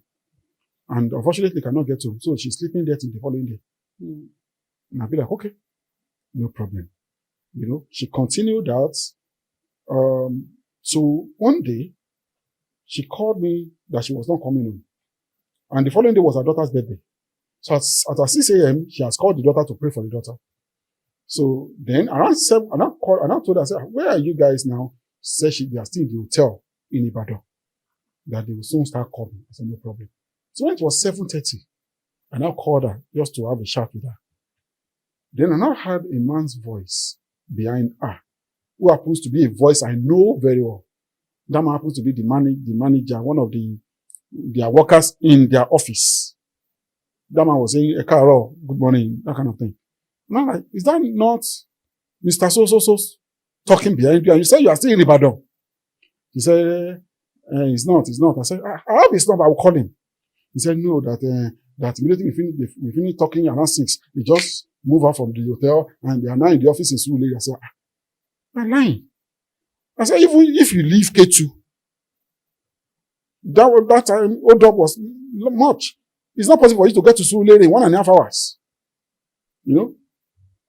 She just called the phone. And I called her mom.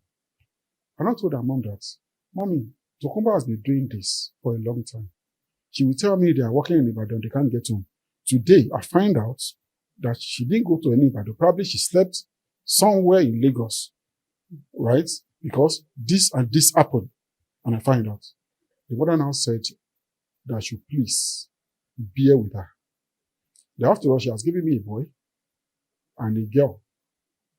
In her words, she said, fine. Yes, that's what the mother said. She said, me fine. Since ó ti bí ọkùnrin àti obìnrin fún mi, kò síbi tó lọ mọ́. Kí n jọ̀ọ́. Ìyẹn deep. Yeah, kí n jọ̀ọ́, kí n máa bá wọn fara dà. Wow. Yes. She now said She now said, if one more ọkùnrin, àkọ́bí òun, ìyàwó tiẹ̀ náà ń ṣàgbèrè. Wípé if one more ọkùnrin mọ̀ tó fẹ́ jà so many times, àwọn làwọn ń bẹ̀ ẹ́ kó má bàjà. Mommy. Yes. Pé so kí n fara, pé àwọn dẹ̀ lè sọ lójú ẹ̀. You know? And as at that time too, even in the family circle, we were hearing gists. Because the elder brother's younger brother was staying with them. So he was giving us the Kurukere gist. We were hearing it.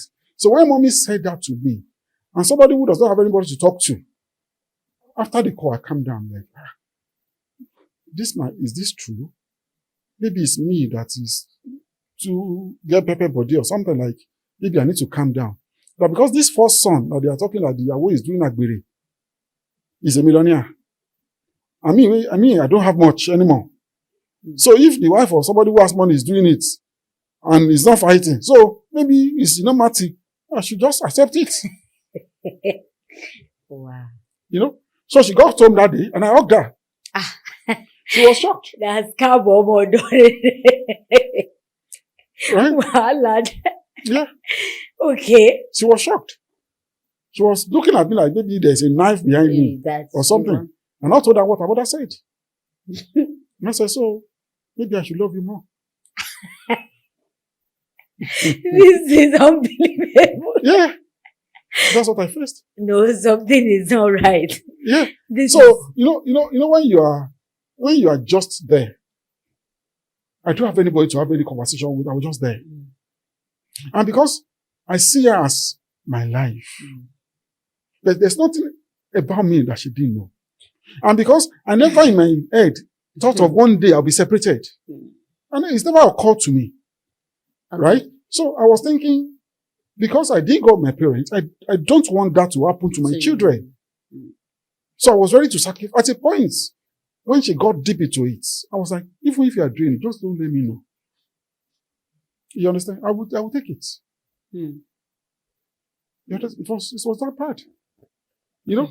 So we continue like that. You know, there are times she will tell me they are going to Ghana. I will even drive her to the airport. She will go.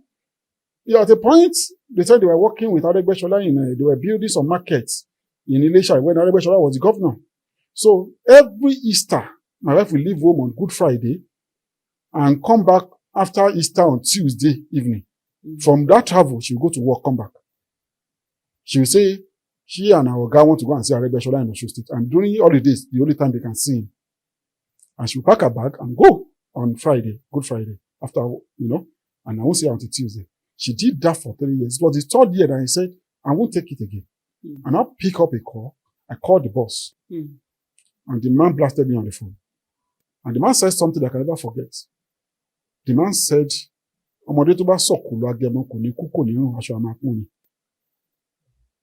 that's what the man told me on the phone. I can't forget. Because it got to a point, the way my wife shouted about the whole thing, my sister, my auntie, even had to be calling the Yoga to beg. Calling the Yoga to beg. And she repeated that away, to my auntie.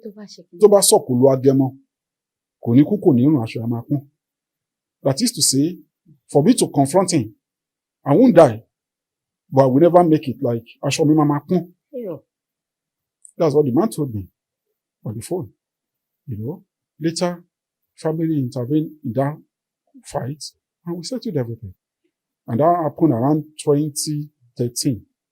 So when it got to that point, 2013, 2014, it got to a point that I started having pain in my chest. So I went to say, Doctor, what are you thinking about? Are you having financial issue or family? Don't kill yourself. So now look at it, I'm like, what can I do in this situation? I don't want to lose my home. Even as at that time, as at 2011, 2012, I started showing traces, I could go back abroad.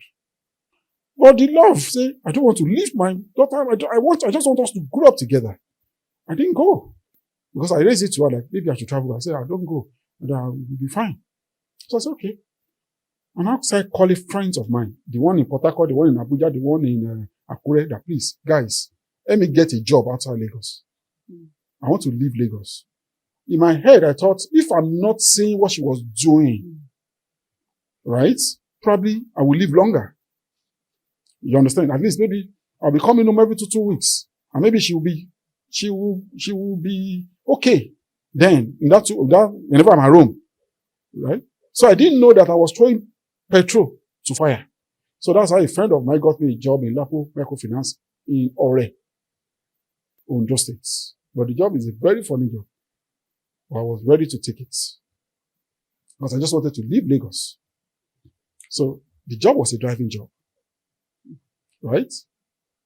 In Ore. And I remember the salary was about 50-something thousand. That was in maybe 50 or 60,000. That was in 2014. Then. So I'm like, around 2013, thereabout, 2013. I'm like, I would do it. That maybe if I get there and my ogas see my CV, that maybe they can make me an accountant or auditor in the company. So I didn't tell her the nature of the job. She later found out and make mockery of me. I just wanted to go. And as at that time, I've gotten a shop for my dry cleaning. I did dry cleaning for 3 years in the house. So now, I now move it out and I got a shop in Oluyombo in Ketu. So I had the dry cleaning there. And for me to get that dry cleaning was another war on its own. I mean, to get that shop was another war on its own. After she had my son, my mother came to do Omungo. Her own mother was there. The two of them were with us. They were with us for like 2-3 weeks. So I was doing dry cleaning in the house when I had my second child. It was not easy, but I was coping. And I told her that I want to sell one of the plots of land that I bought then. She now said, Laila, I can never sell it. I'm like, I need to get a shop out there. And as at that time, my car too was having an engine issue. And our rent, I've only paid 6 months. It's mainly under 6 months. So I was begging her, I don't have anywhere to turn to. I need to sell one plot. She was like, never. And I told her mom and my mom. The two of them went to beg her. She said, Laila. So when the two of them begged her, she said, Laila, okay, I let it go. So 2 months or 3 months after, I was now discussing with my neighbor, one Ghanaian man then, that I have a lot of land in the way I want to sell one. They said they want to buy. I'm like, neighbor, okay, that's good though. I took them to where we bought it, Eco Insurance. You did the change of name. I didn't tell her because everybody has begged her. She said no. And for me, I wanted to get a shop out there so that maybe my business will boom. Then I wanted to pay the remaining house rent and I wanted to buy a new engine for my car. I needed the money. So I'm like, okay. So the man paid me 500,000. Then for the land in 2013, he paid me.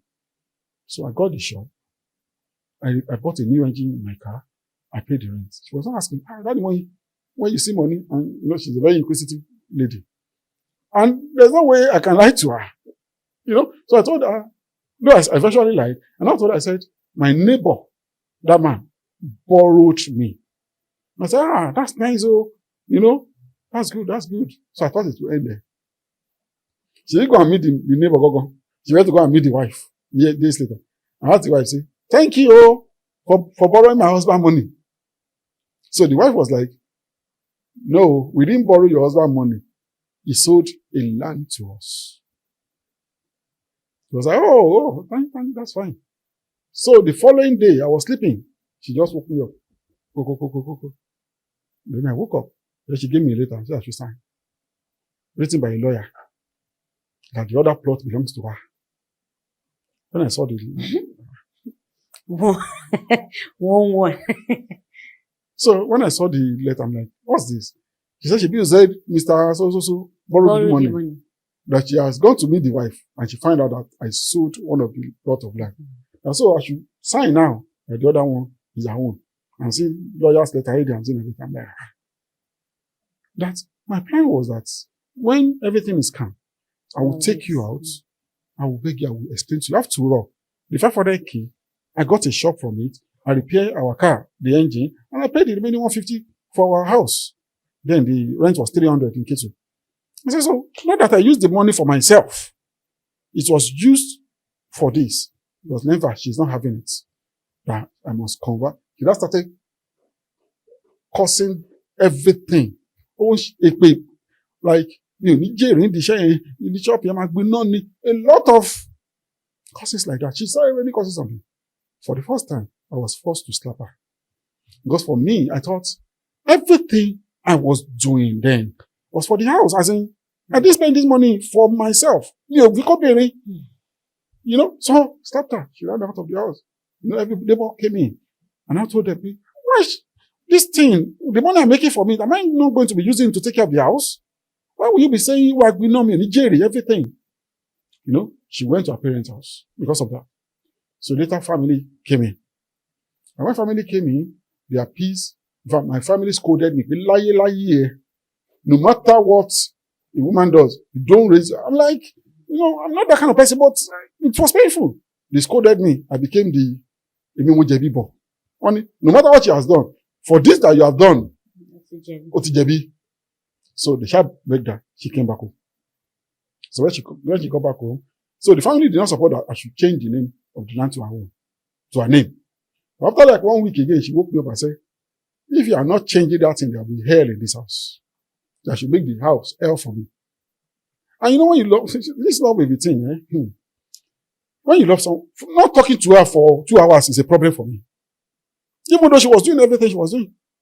And I'm like, okay, I will do it.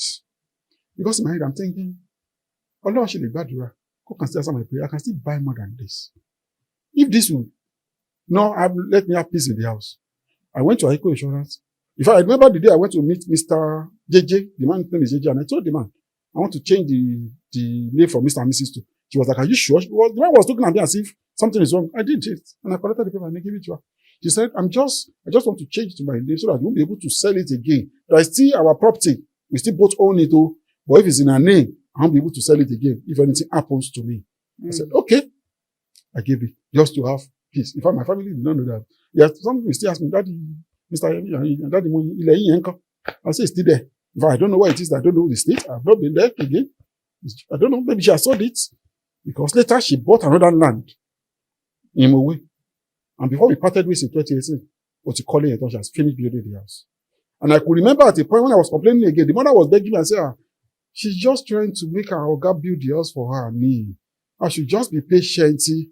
Those are one of the things that the mother was using to appease me before we eventually parted ways. So it was tough. It was tough. So I was there. So after getting a job in Ore, so I would come home every 2 weeks. So my salary, I would split it into 2. I would send half to her. So the half could barely pay school fees. Right? So it's mainly the house rent. Then our house rent was, I think it was 250 or 350. I forgot it. You could barely pay the school fees. So when the house rent is due, I don't have any other source of income. Right? So she was paying the house rent. Okay? And the dry cleaning shop that I opened, when I was going to order, I called her. I'm like, Yawo, can you be managing this dry cleaning shop? At least your work is Monday to Friday. Saturday and Sunday, come and supervise the staff that is there. I have customers in Magodo and everywhere. So that at least the money you are making from it, you'll be using to support whatever I'm giving you. She said she will think about it. 2 days later, she said she's not doing. I'm like, wow, why are you not doing? She said because if she spend her money on the dry cleaning and the place becomes big and better, that she knows that later in life I'll come and take it back. Like, I don't understand. Like, aren't we husband and wife again? It's just for you to manage it and use the money to support yourself. Right? Whether it's big tomorrow, and are we not the part owner of? She said, no. So I tried to control it from Ikiti. From Ondo. They kept destroying people's clothes and everything. I kept paying basic. After a while, I sold it off and left it.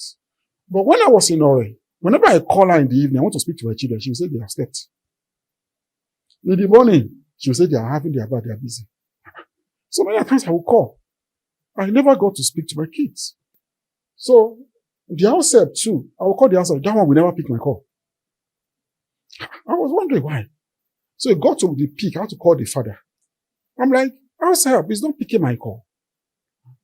I want to talk to my children during the week. Whenever I'm not there, my wife will say, soon. Sometimes 7 p.m., they don't sleep. What is happening? The father now called the house help. And I instructed her that she should be picking my call. It was then the house help now revealed that my wife has given her Bible to swear that whenever she's not at home, she will never pick my call. I shall work in Ore for 2 years. And from Ore, I was taken to Ugeli. So immediately, I look at it that I won't be able to be coming to Lagos to see my children. So I now wrote a letter to some of my friends, because I was privileged to go to a good secondary school, so I have a lot of friends that are doing well. So I wrote a letter to them like, guys, things are not hard enough. I need a job so I can come back to Lagos. So one of them, Toba, now said, can you do Uber? Because at that time they started Uber in Lagos. I was in Ori, I didn't even know anything about it. And I said, there's nothing I can do. I've been in London, I've done everything. I can work, I can do Uber. That's okay. Come to Lagos. I will link you up how to start driving Uber. I told my wife, she was like, never. You cannot leave that job. You can't come to Lagos. I cannot. It became a war. But I decided I was coming to Lagos. So she didn't allow me to enter the house. She was like, you're not coming back here. Because already she was now the one paying for the rent. So I said, okay, I'll go and stay with my auntie in Abulega. So I started staying with my auntie till I started the Uber job. I remember that man then, Mr. Wilcox, gave me a brand new Kia Honda Accent. Then I was delivering to him. We do deliver. He gave me 20,000 every week. I would deliver. So I started driving Uber with him. So it was then the family intervened again. They said I should go home. That was in 2016. So we started living together. But when I now go back home, he now said, just to send me home. I said, why? He said, because I snore. I'm like, okay. I'll be snoring even when we're dating. When we're in the UK, inside one room, I did snore. So why should that be a problem? I said, because I've been away for 2 years, so she can't cope again. Those 2 years, Mm-hmm. were you not coming home? I was coming. I do come every 2 weeks. I will come. I do You come were every not 2 sleeping together those times. We stopped having sex in 2012 after having my son. You understand? So because she said, I'm not up to the level to climb on top of her again. I'm not up to her level. Yeah. So, the way it started was after having my son, whenever I want to move closer to her, she will start with this. I will say this in Yoruba because that's how you say, ṣọ́kùnrin ni wẹ̀wẹ̀. Ṣé tó máa ń pe ọkùnrin ṣe kí ìwọ̀ ìnáwó? Ṣé kókó olúwọ̀ máa le? Ṣé bí àwọn abẹ́rẹ́ owó ilé èló ló ti rí náà? Owó school ọmọ èló ló ti rí náà? So when she tells me all those things, I won't be able to even do anything. Of course. So it got to a level, I became scared to even move close to her. Because immediately I do that, I wear the story of my life. Right? So that's how 1 year became 2 years till we get to 6. So even when I was in Ori, I would just come. I was still doing my normal thing. Nobody outside was knowing, nobody know anything. Because I'm not the kind of guy that wants people to, because when people now start hearing, Okay. Do you understand? So I just take it like that. So she now said we can't sleep in the same room. And we're living in 2-bedroom in Ikosi. We've left the first 3-bedroom. We're now in another 2-bedroom. So the first room is for my children and the house help. Then the two of us has another room. But now she said we cannot sleep together in the same room. So I want student mattress. So I put that one in the sitting room. So I was sleeping in the sitting room. So everything was fine. Until one day, one of our friends, Shewa, wanted to pay us a visit. That friend works with Leadview Assurance. So she came. I thought she would go back. She didn't go back. So already I wanted to see me 2 years. Tell me if it's because me more Shewa tele. So she now said that Shewa will be sleeping over, and the two of them will be sleeping in the bedroom. And I said, Tokumbo, why would you do this? Because I sleep in the sitting room. I believe it's between us. But now your friend is coming to spend the night in our house. And that your friend will now know that your husband sleeps on the rug in the sitting room. He doesn't speak well. She said, they have to gist, so they have a lot to talk about. I tried to persuade her. She said, it must happen. And I said, well, and I'm like, nobody will call me a fool. Like, there's a way they say I've forgotten. And I said, okay, I'll go and sleep inside the car in the compound. At least your friend will not see me on the rug in the sitting room. So I slept in the car. And the following morning, I went to have my bath. The friend greeted me and everything. And I was the one that even dropped the two of them in the park. That was a BRT bus stop in Magodo. Then they were still taking it another 7 up. I was the one that dropped the two of them. And I was fine with it. I didn't say anything because I could not fight. What would I do? I will talk. She's not listening. She's not becoming a boss on me. So I could not do anything. So that happened. But I was like, this friend too lack manners. How will you come to a couple's home and you sleeping on the matrimonial bed? As someone Yoruba, you can go wrong. So now made a decision that I will find a way to see that girl again and I will make her realize what she did was wrong. So like 3 months after she came to her house again, this time around she came around 4. So the day before she came, my wife was still at work. So she called my wife that she's at home. I think whenever the girl and her husband had issue, she would come to our place. So this time around she was ready to spend 3-4 days because she came with a big bag. So she saw me around. It was a Monday. I didn't go to work. Then my Uber job, I didn't go. So now when it was 7, it was becoming dark. And I said, Shewa, I'm going the next street to go and have a drink. There's no light. Do you mind following me? So that when they bring lights, you understand? Or when your friend comes to come and join, it's going to be boring. There's no light. And then I remember we used to run journey house 8 p.m. 8 to 11. So she said, no problem. She now messaged my wife like, I'm following your husband out too, because there's no light. My wife did not take her serious. So that one just replied, LOL. So she thought my wife has given her consent. So she followed me. So while we were having a drink, I bought her Uncle and we were having a drink. I now try to tell her how I met my wife, all the sacrifices I've made. I didn't spoil her. I was careful. So I just told her, as human, she must have had a version of the story. Oh, yes. So I just told her what you have done through the relationship. So she was like, Daddy, mommy. Kebaron at travel, but I travel. Or let me Victoria kì í ṣèyàn. Kì í ṣèyàn. Only Victoria told me that she will call my wife 1:30 a.m. She will say she's in a club, she's enjoying her life. There are a lot of things she cannot tell me, but if I have a way to travel, I should leave her and go and fetch for myself. She said that even my wife is always advising her not to mix business or money with her husband, but that she's not listening. Because to her, if the husband cheats and do whatever, it will be between the husband and God, something like that. So she told me all these things. So when my wife got home, we have not gotten home. And she asked of Shewa, they said, we are out. She called Shewa like,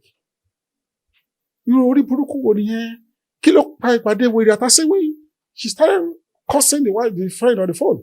So we got home. It became a fight, serious fight. I was like, what is the big deal? And so they shall fight and everything. After the following day, the girl carried her load and left. So the friend went to beg her on Shagba. Then weeks later, like 2-3 weeks, I was just driving one day. I said, Daddy, please, all those things I said, okay. Now, the guy in love me, after like 2 weeks, I could not bear all those things that Sheva told me. I was just like, Tokumba, so you go to club. She's like, club, where? How? Who told you? I know I'll be observing you. There's something she's very upset. She knows, my mood, she knows. Stupid to me. Because I thought, I was just doing everything to say, I told her what Shewa told me. She was, okay. She now fought Shewa for telling me those things. But after like a few weeks, they made up. So I was just driving one day, my wife just called and said, those things Shewa told you.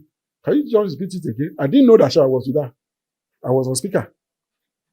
And I said, I'm suffer and I've told you now, why are you asking me again? So I now said it again. Shewa started cursing me.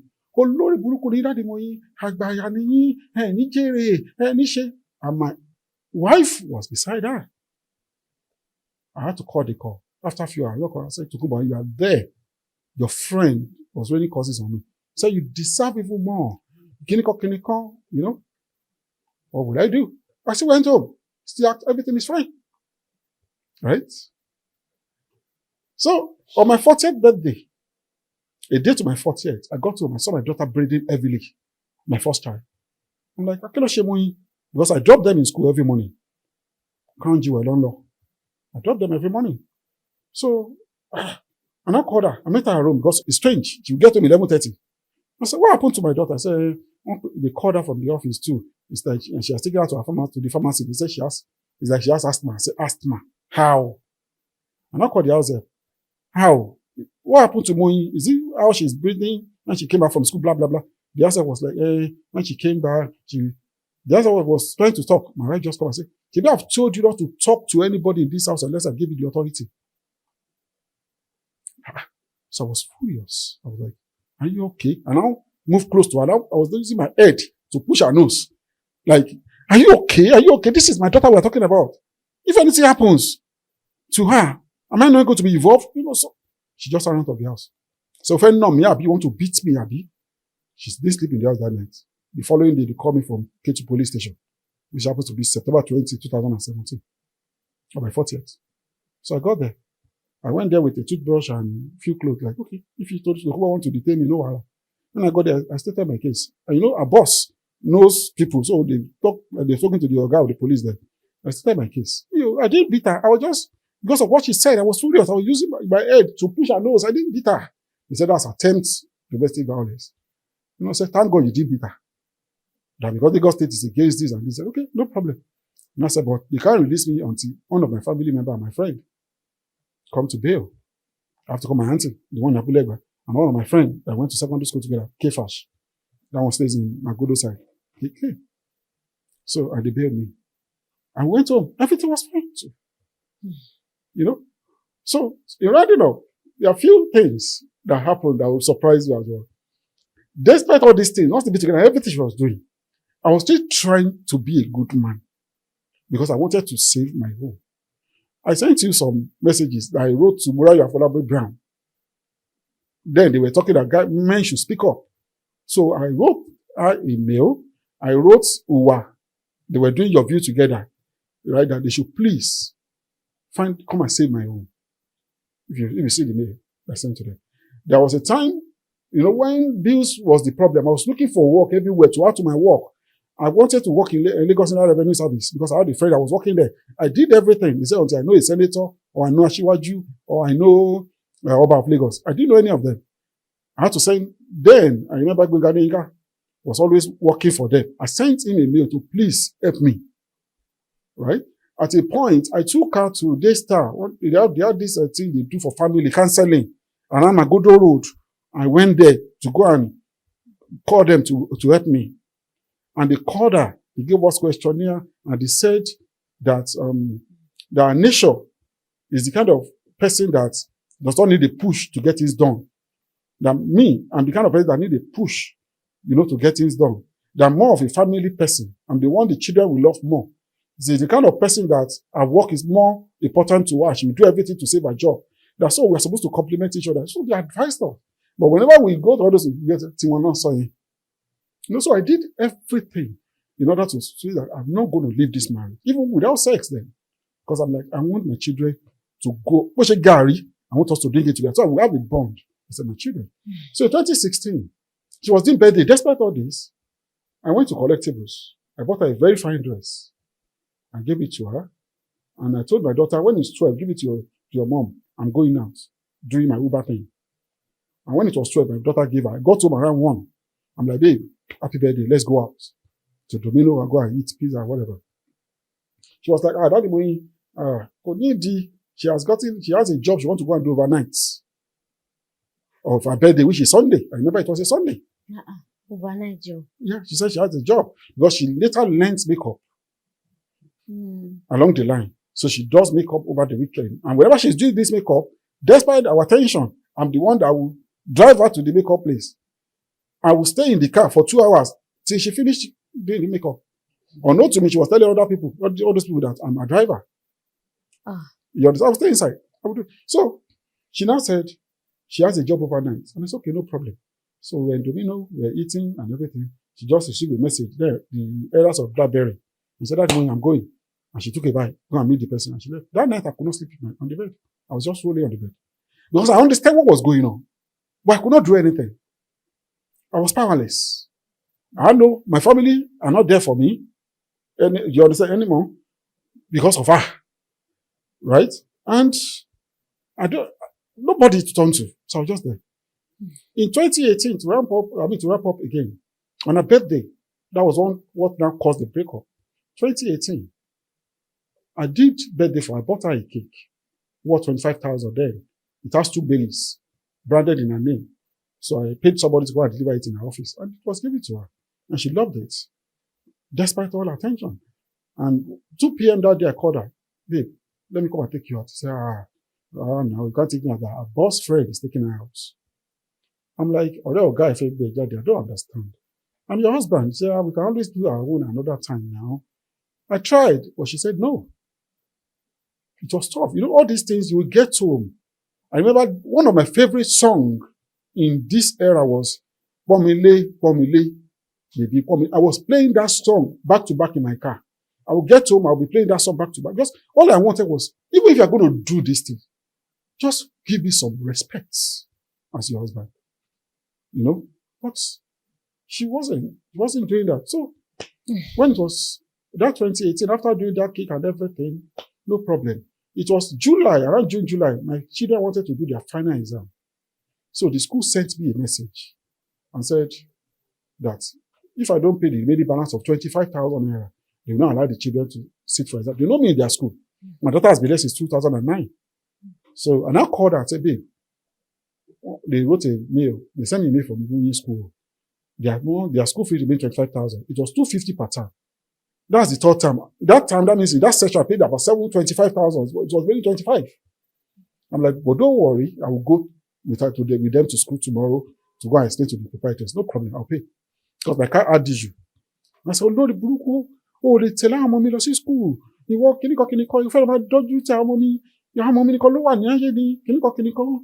But what do you son? 2 months ago, no, she cake were for me. 25,000. You go to school. She shout. Said so. So, but you don't want your man one leo. I look at it. I'm like, okay. So I didn't go home that day because my car had issues, and I was spending money on the car. I didn't go home for like 2 days. After 2 days, I went home. She had my clothes and everything. Children were looking, and I'm like, this is not a good example for these kids.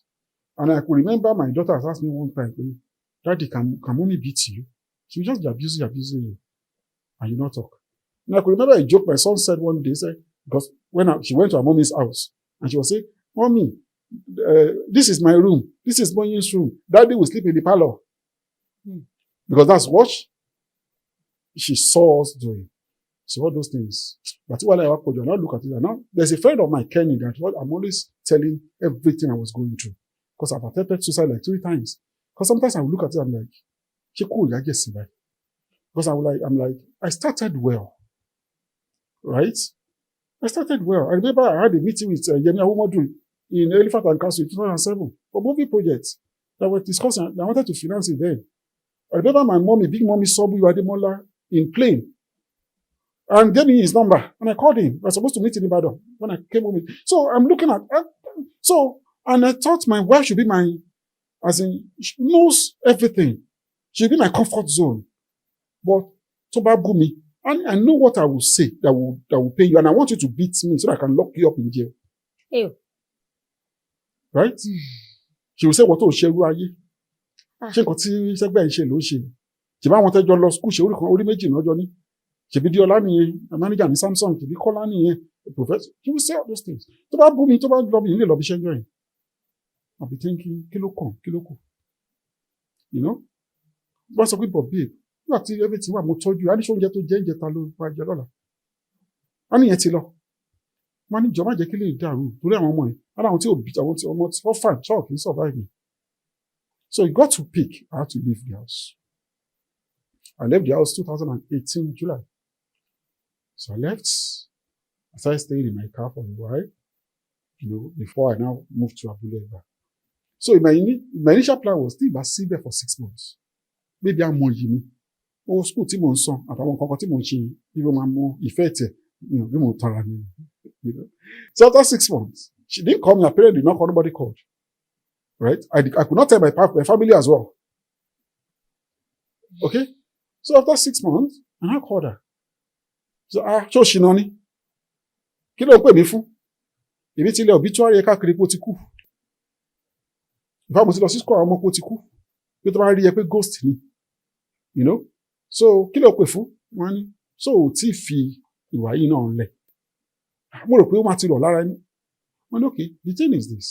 Lọ open account fọmọ mi obìnrin kí n máa send owó sí. So I want to record pé iye báyìí ni mò ń send sí wọn. Or kí n send one of my ATM card. Ó lè lo fẹ́ máa send. Ó ní mo fẹ́ mọ iye yẹn gọ́gọ́gọ́gọ́. Ó gbọ́dọ̀ jówó tó jówó. Ó nítorí ò lè máa gba owó òṣì lọ́wọ́ mi. Torí àwọn tó ń ràn án lọ́wọ́. If they know that she's still collecting money from me, they won't assist her again. And she said again, before you can send anything, in the 6 months you have not been at home, I spent about 1.8 million. I will send you the bill. You first of all pay the 1.8 million naira first before you start sending money. And that money you want to send, she wants to know it must be big money, tangible money. And as at that time, the Uber thing I was doing, the car I was driving, the agent has knocked, on another purchase. I remember, thank God it was from my friend. I was meant to pay 2.5. I paid about 2.2. The engine knocked. So I didn't have anything to do. I have to start again from renter. It was a struggle, So whenever I tell some of my friends about the whole thing, they say, you better save yourself first. This woman that you want to be, that is not balanced, that this one don't send you, first of all, then people are advising, travel abroad. Go back. I did American twice. I did UK once. Everything failed. Because they're like, until you have good money to be sending to this woman, that's when she can listen to you, And my house is there. I could not go there, right? Because I left all the properties, everything with them. And because I know her, only for luck, me, right? She's dating a multimillionaire. They can do anything. Because when we're together, she always tell me like, it doesn't cost her anything to poison me and kill me. She said, but I don't have any property, she will hear it. So she says that in passing. You understand? So, but I'm like, what did I do to you? In my entire life, she has never because I don't do it. Right? That's God. People ask, did you? I said, no. Right? Because I respect her a lot. She's like, just because. So my conclusion was that probably, I'm not saying she's a bad person. Probably she never loved me. Right? So I was not equal to her. My being there. And she wanted to frustrate me so that she won't be the one to quit the marriage. I'll be the one to quit. So I left. So when she said all those things, I'm like, so, but years started rolling by. It started getting to me, like, when I say especially kids that like my children's age mates, started getting to me. What can I do? Why will I solve this puzzle? I ran to Human Rights Commission in 2023. Because before then, I've sent her money twice. She didn't acknowledge. She didn't even say anything. In fact, when I called her, she said,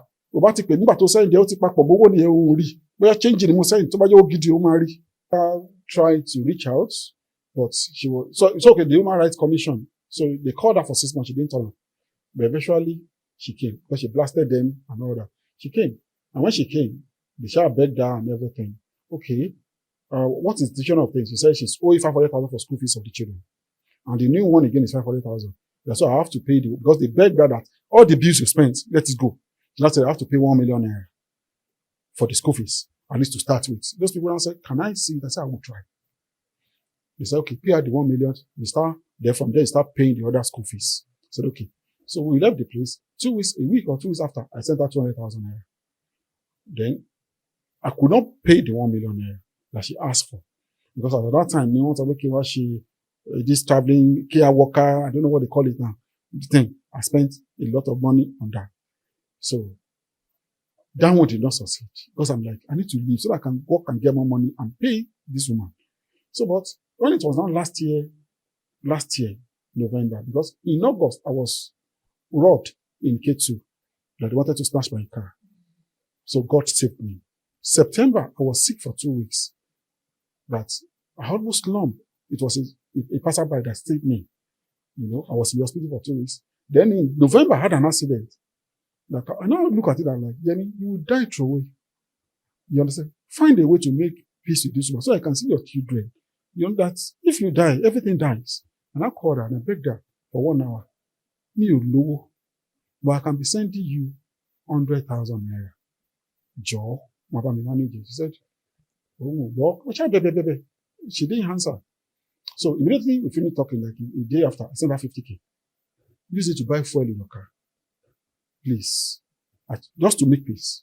She returned the money to me. The following month, I sent 150K. She returned back the money to me. And before then, I've gone to see her father. I gave the father 75K to give her, and I bought locusts for my children. The father said, he's been talking to her that, Ma funrara ni oda. As in, I can do little, whatever I can do. But the money was returned again back to me. You know, she said, I have to pay the millions in bulk. And so, that is the story. So at the end of the day, I shall look at it, I'm like, I want my children to know what actually happened.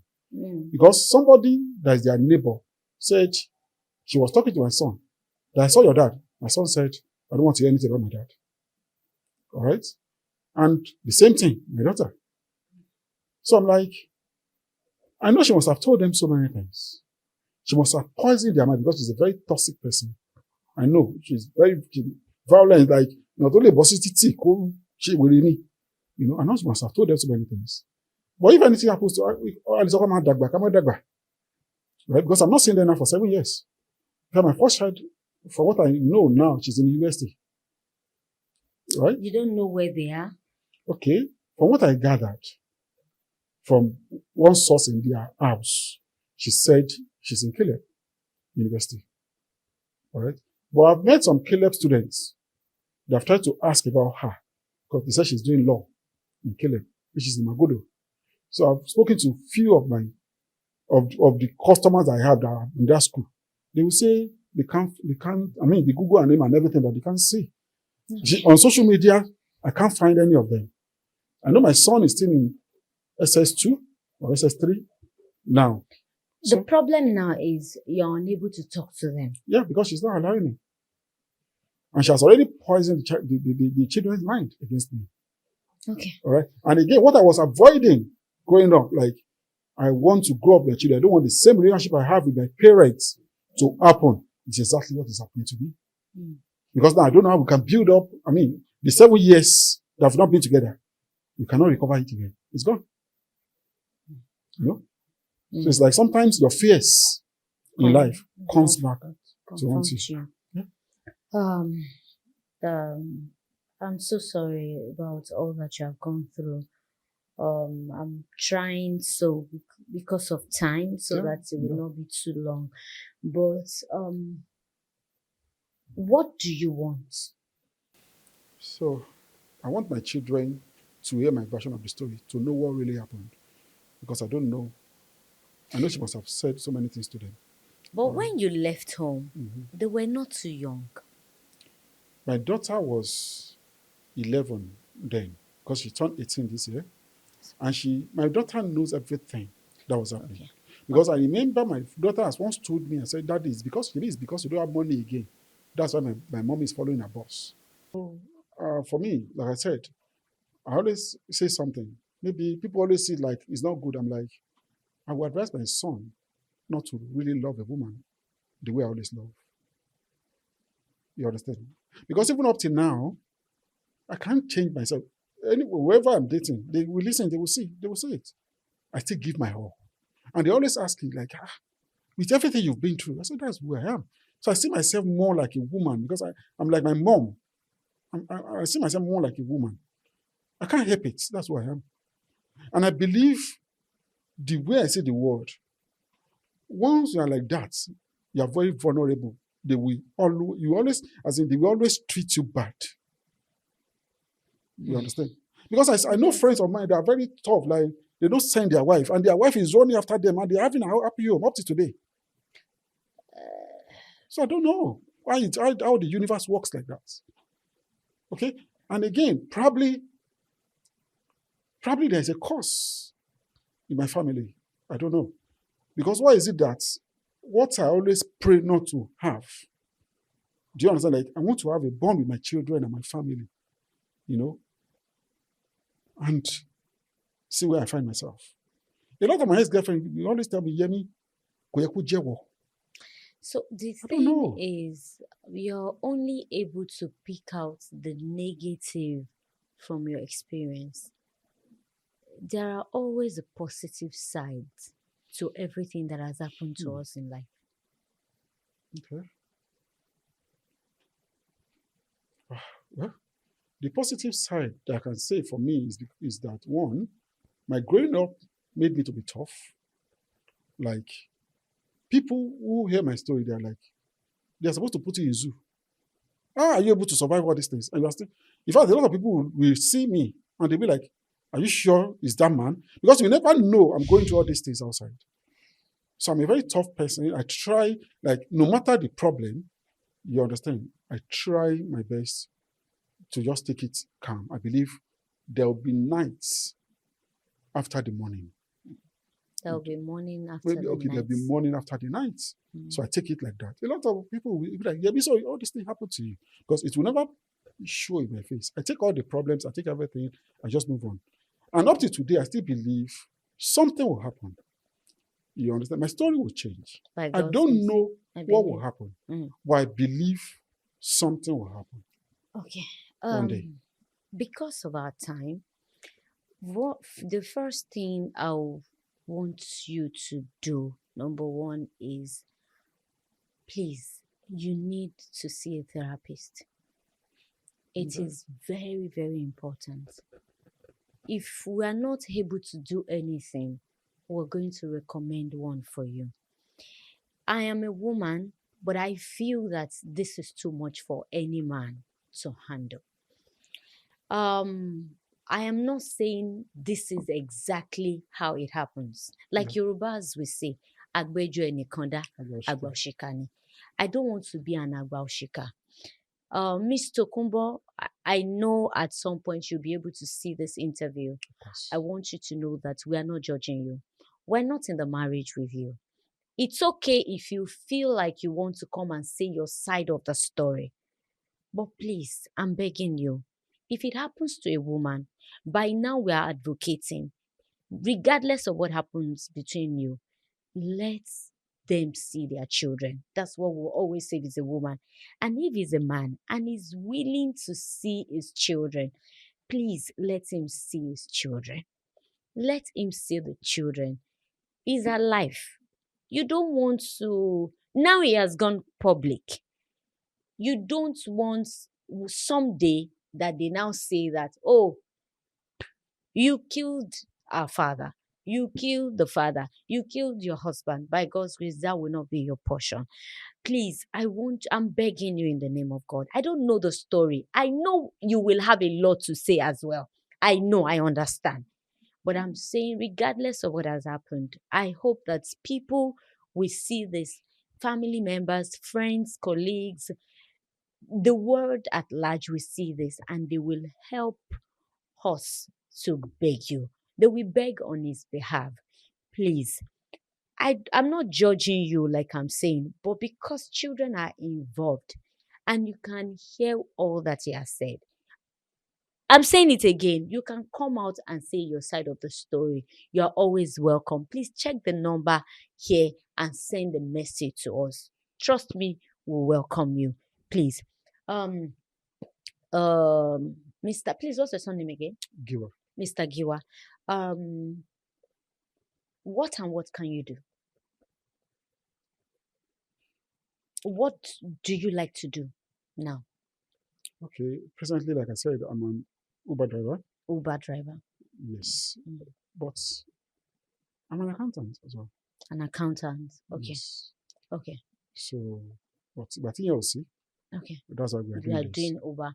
Please, guys, if you are out there and you know that you can do something to change Mr. Giwa's story, please let's do this again.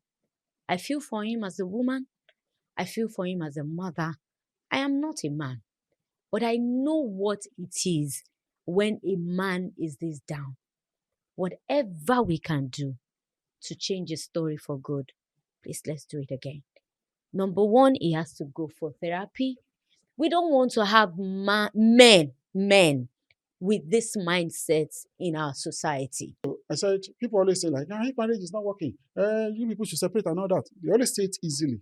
And what I always say is this. In the Bible, Solomon, when those women were fighting over the child, right? So when you are the one in love in a marriage, it's always difficult to say, just let go. I agree. You understand? Just let go. Come along. It's tough. Because when I was marrying you, I was doing it like, it's forever. I had my plans, everything, like with you, everything. So just come along. It's not easy. So it's tough. I tried, I fought for it. But at the end of the day, I have to let go just to save my life. Yeah. It's okay. God will see you through. Amen. I pray that through this interview, help will rise for you. Amen. It's one of the hardest things to face in life for you to have had money and all of a sudden you don't have any more. So it's a lot on him already. With all these problems on ground, please, whatever we can do, let's do it again. We have done it before. Please, let's do it again. I'm trusting God. I'm trusting you that before this time next year, his story would have completely changed to a better one. Thank you all for watching. I hope you have learned something. Please do not pick the negative part of it. Pick the positive. Regardless of what you're going through, be strong, be tough, and know that there is always a positive side to whatever you're going through. Mr. Giwa, thank you so much for coming. Um, it's our tradition. This is for you. It's a cash gift. Okay, thank you. Thank you. Yes, sir. And then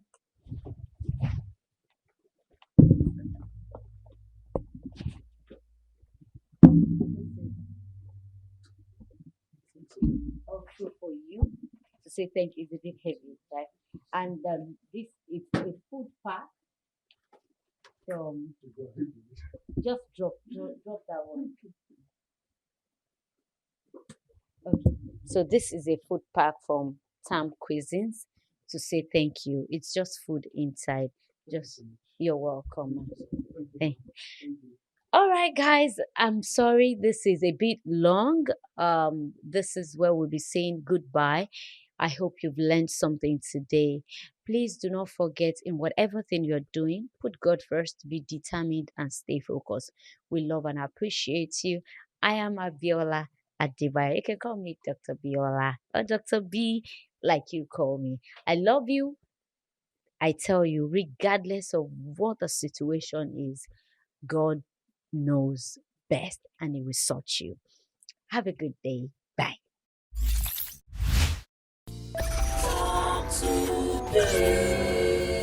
Talk to be, share your experience.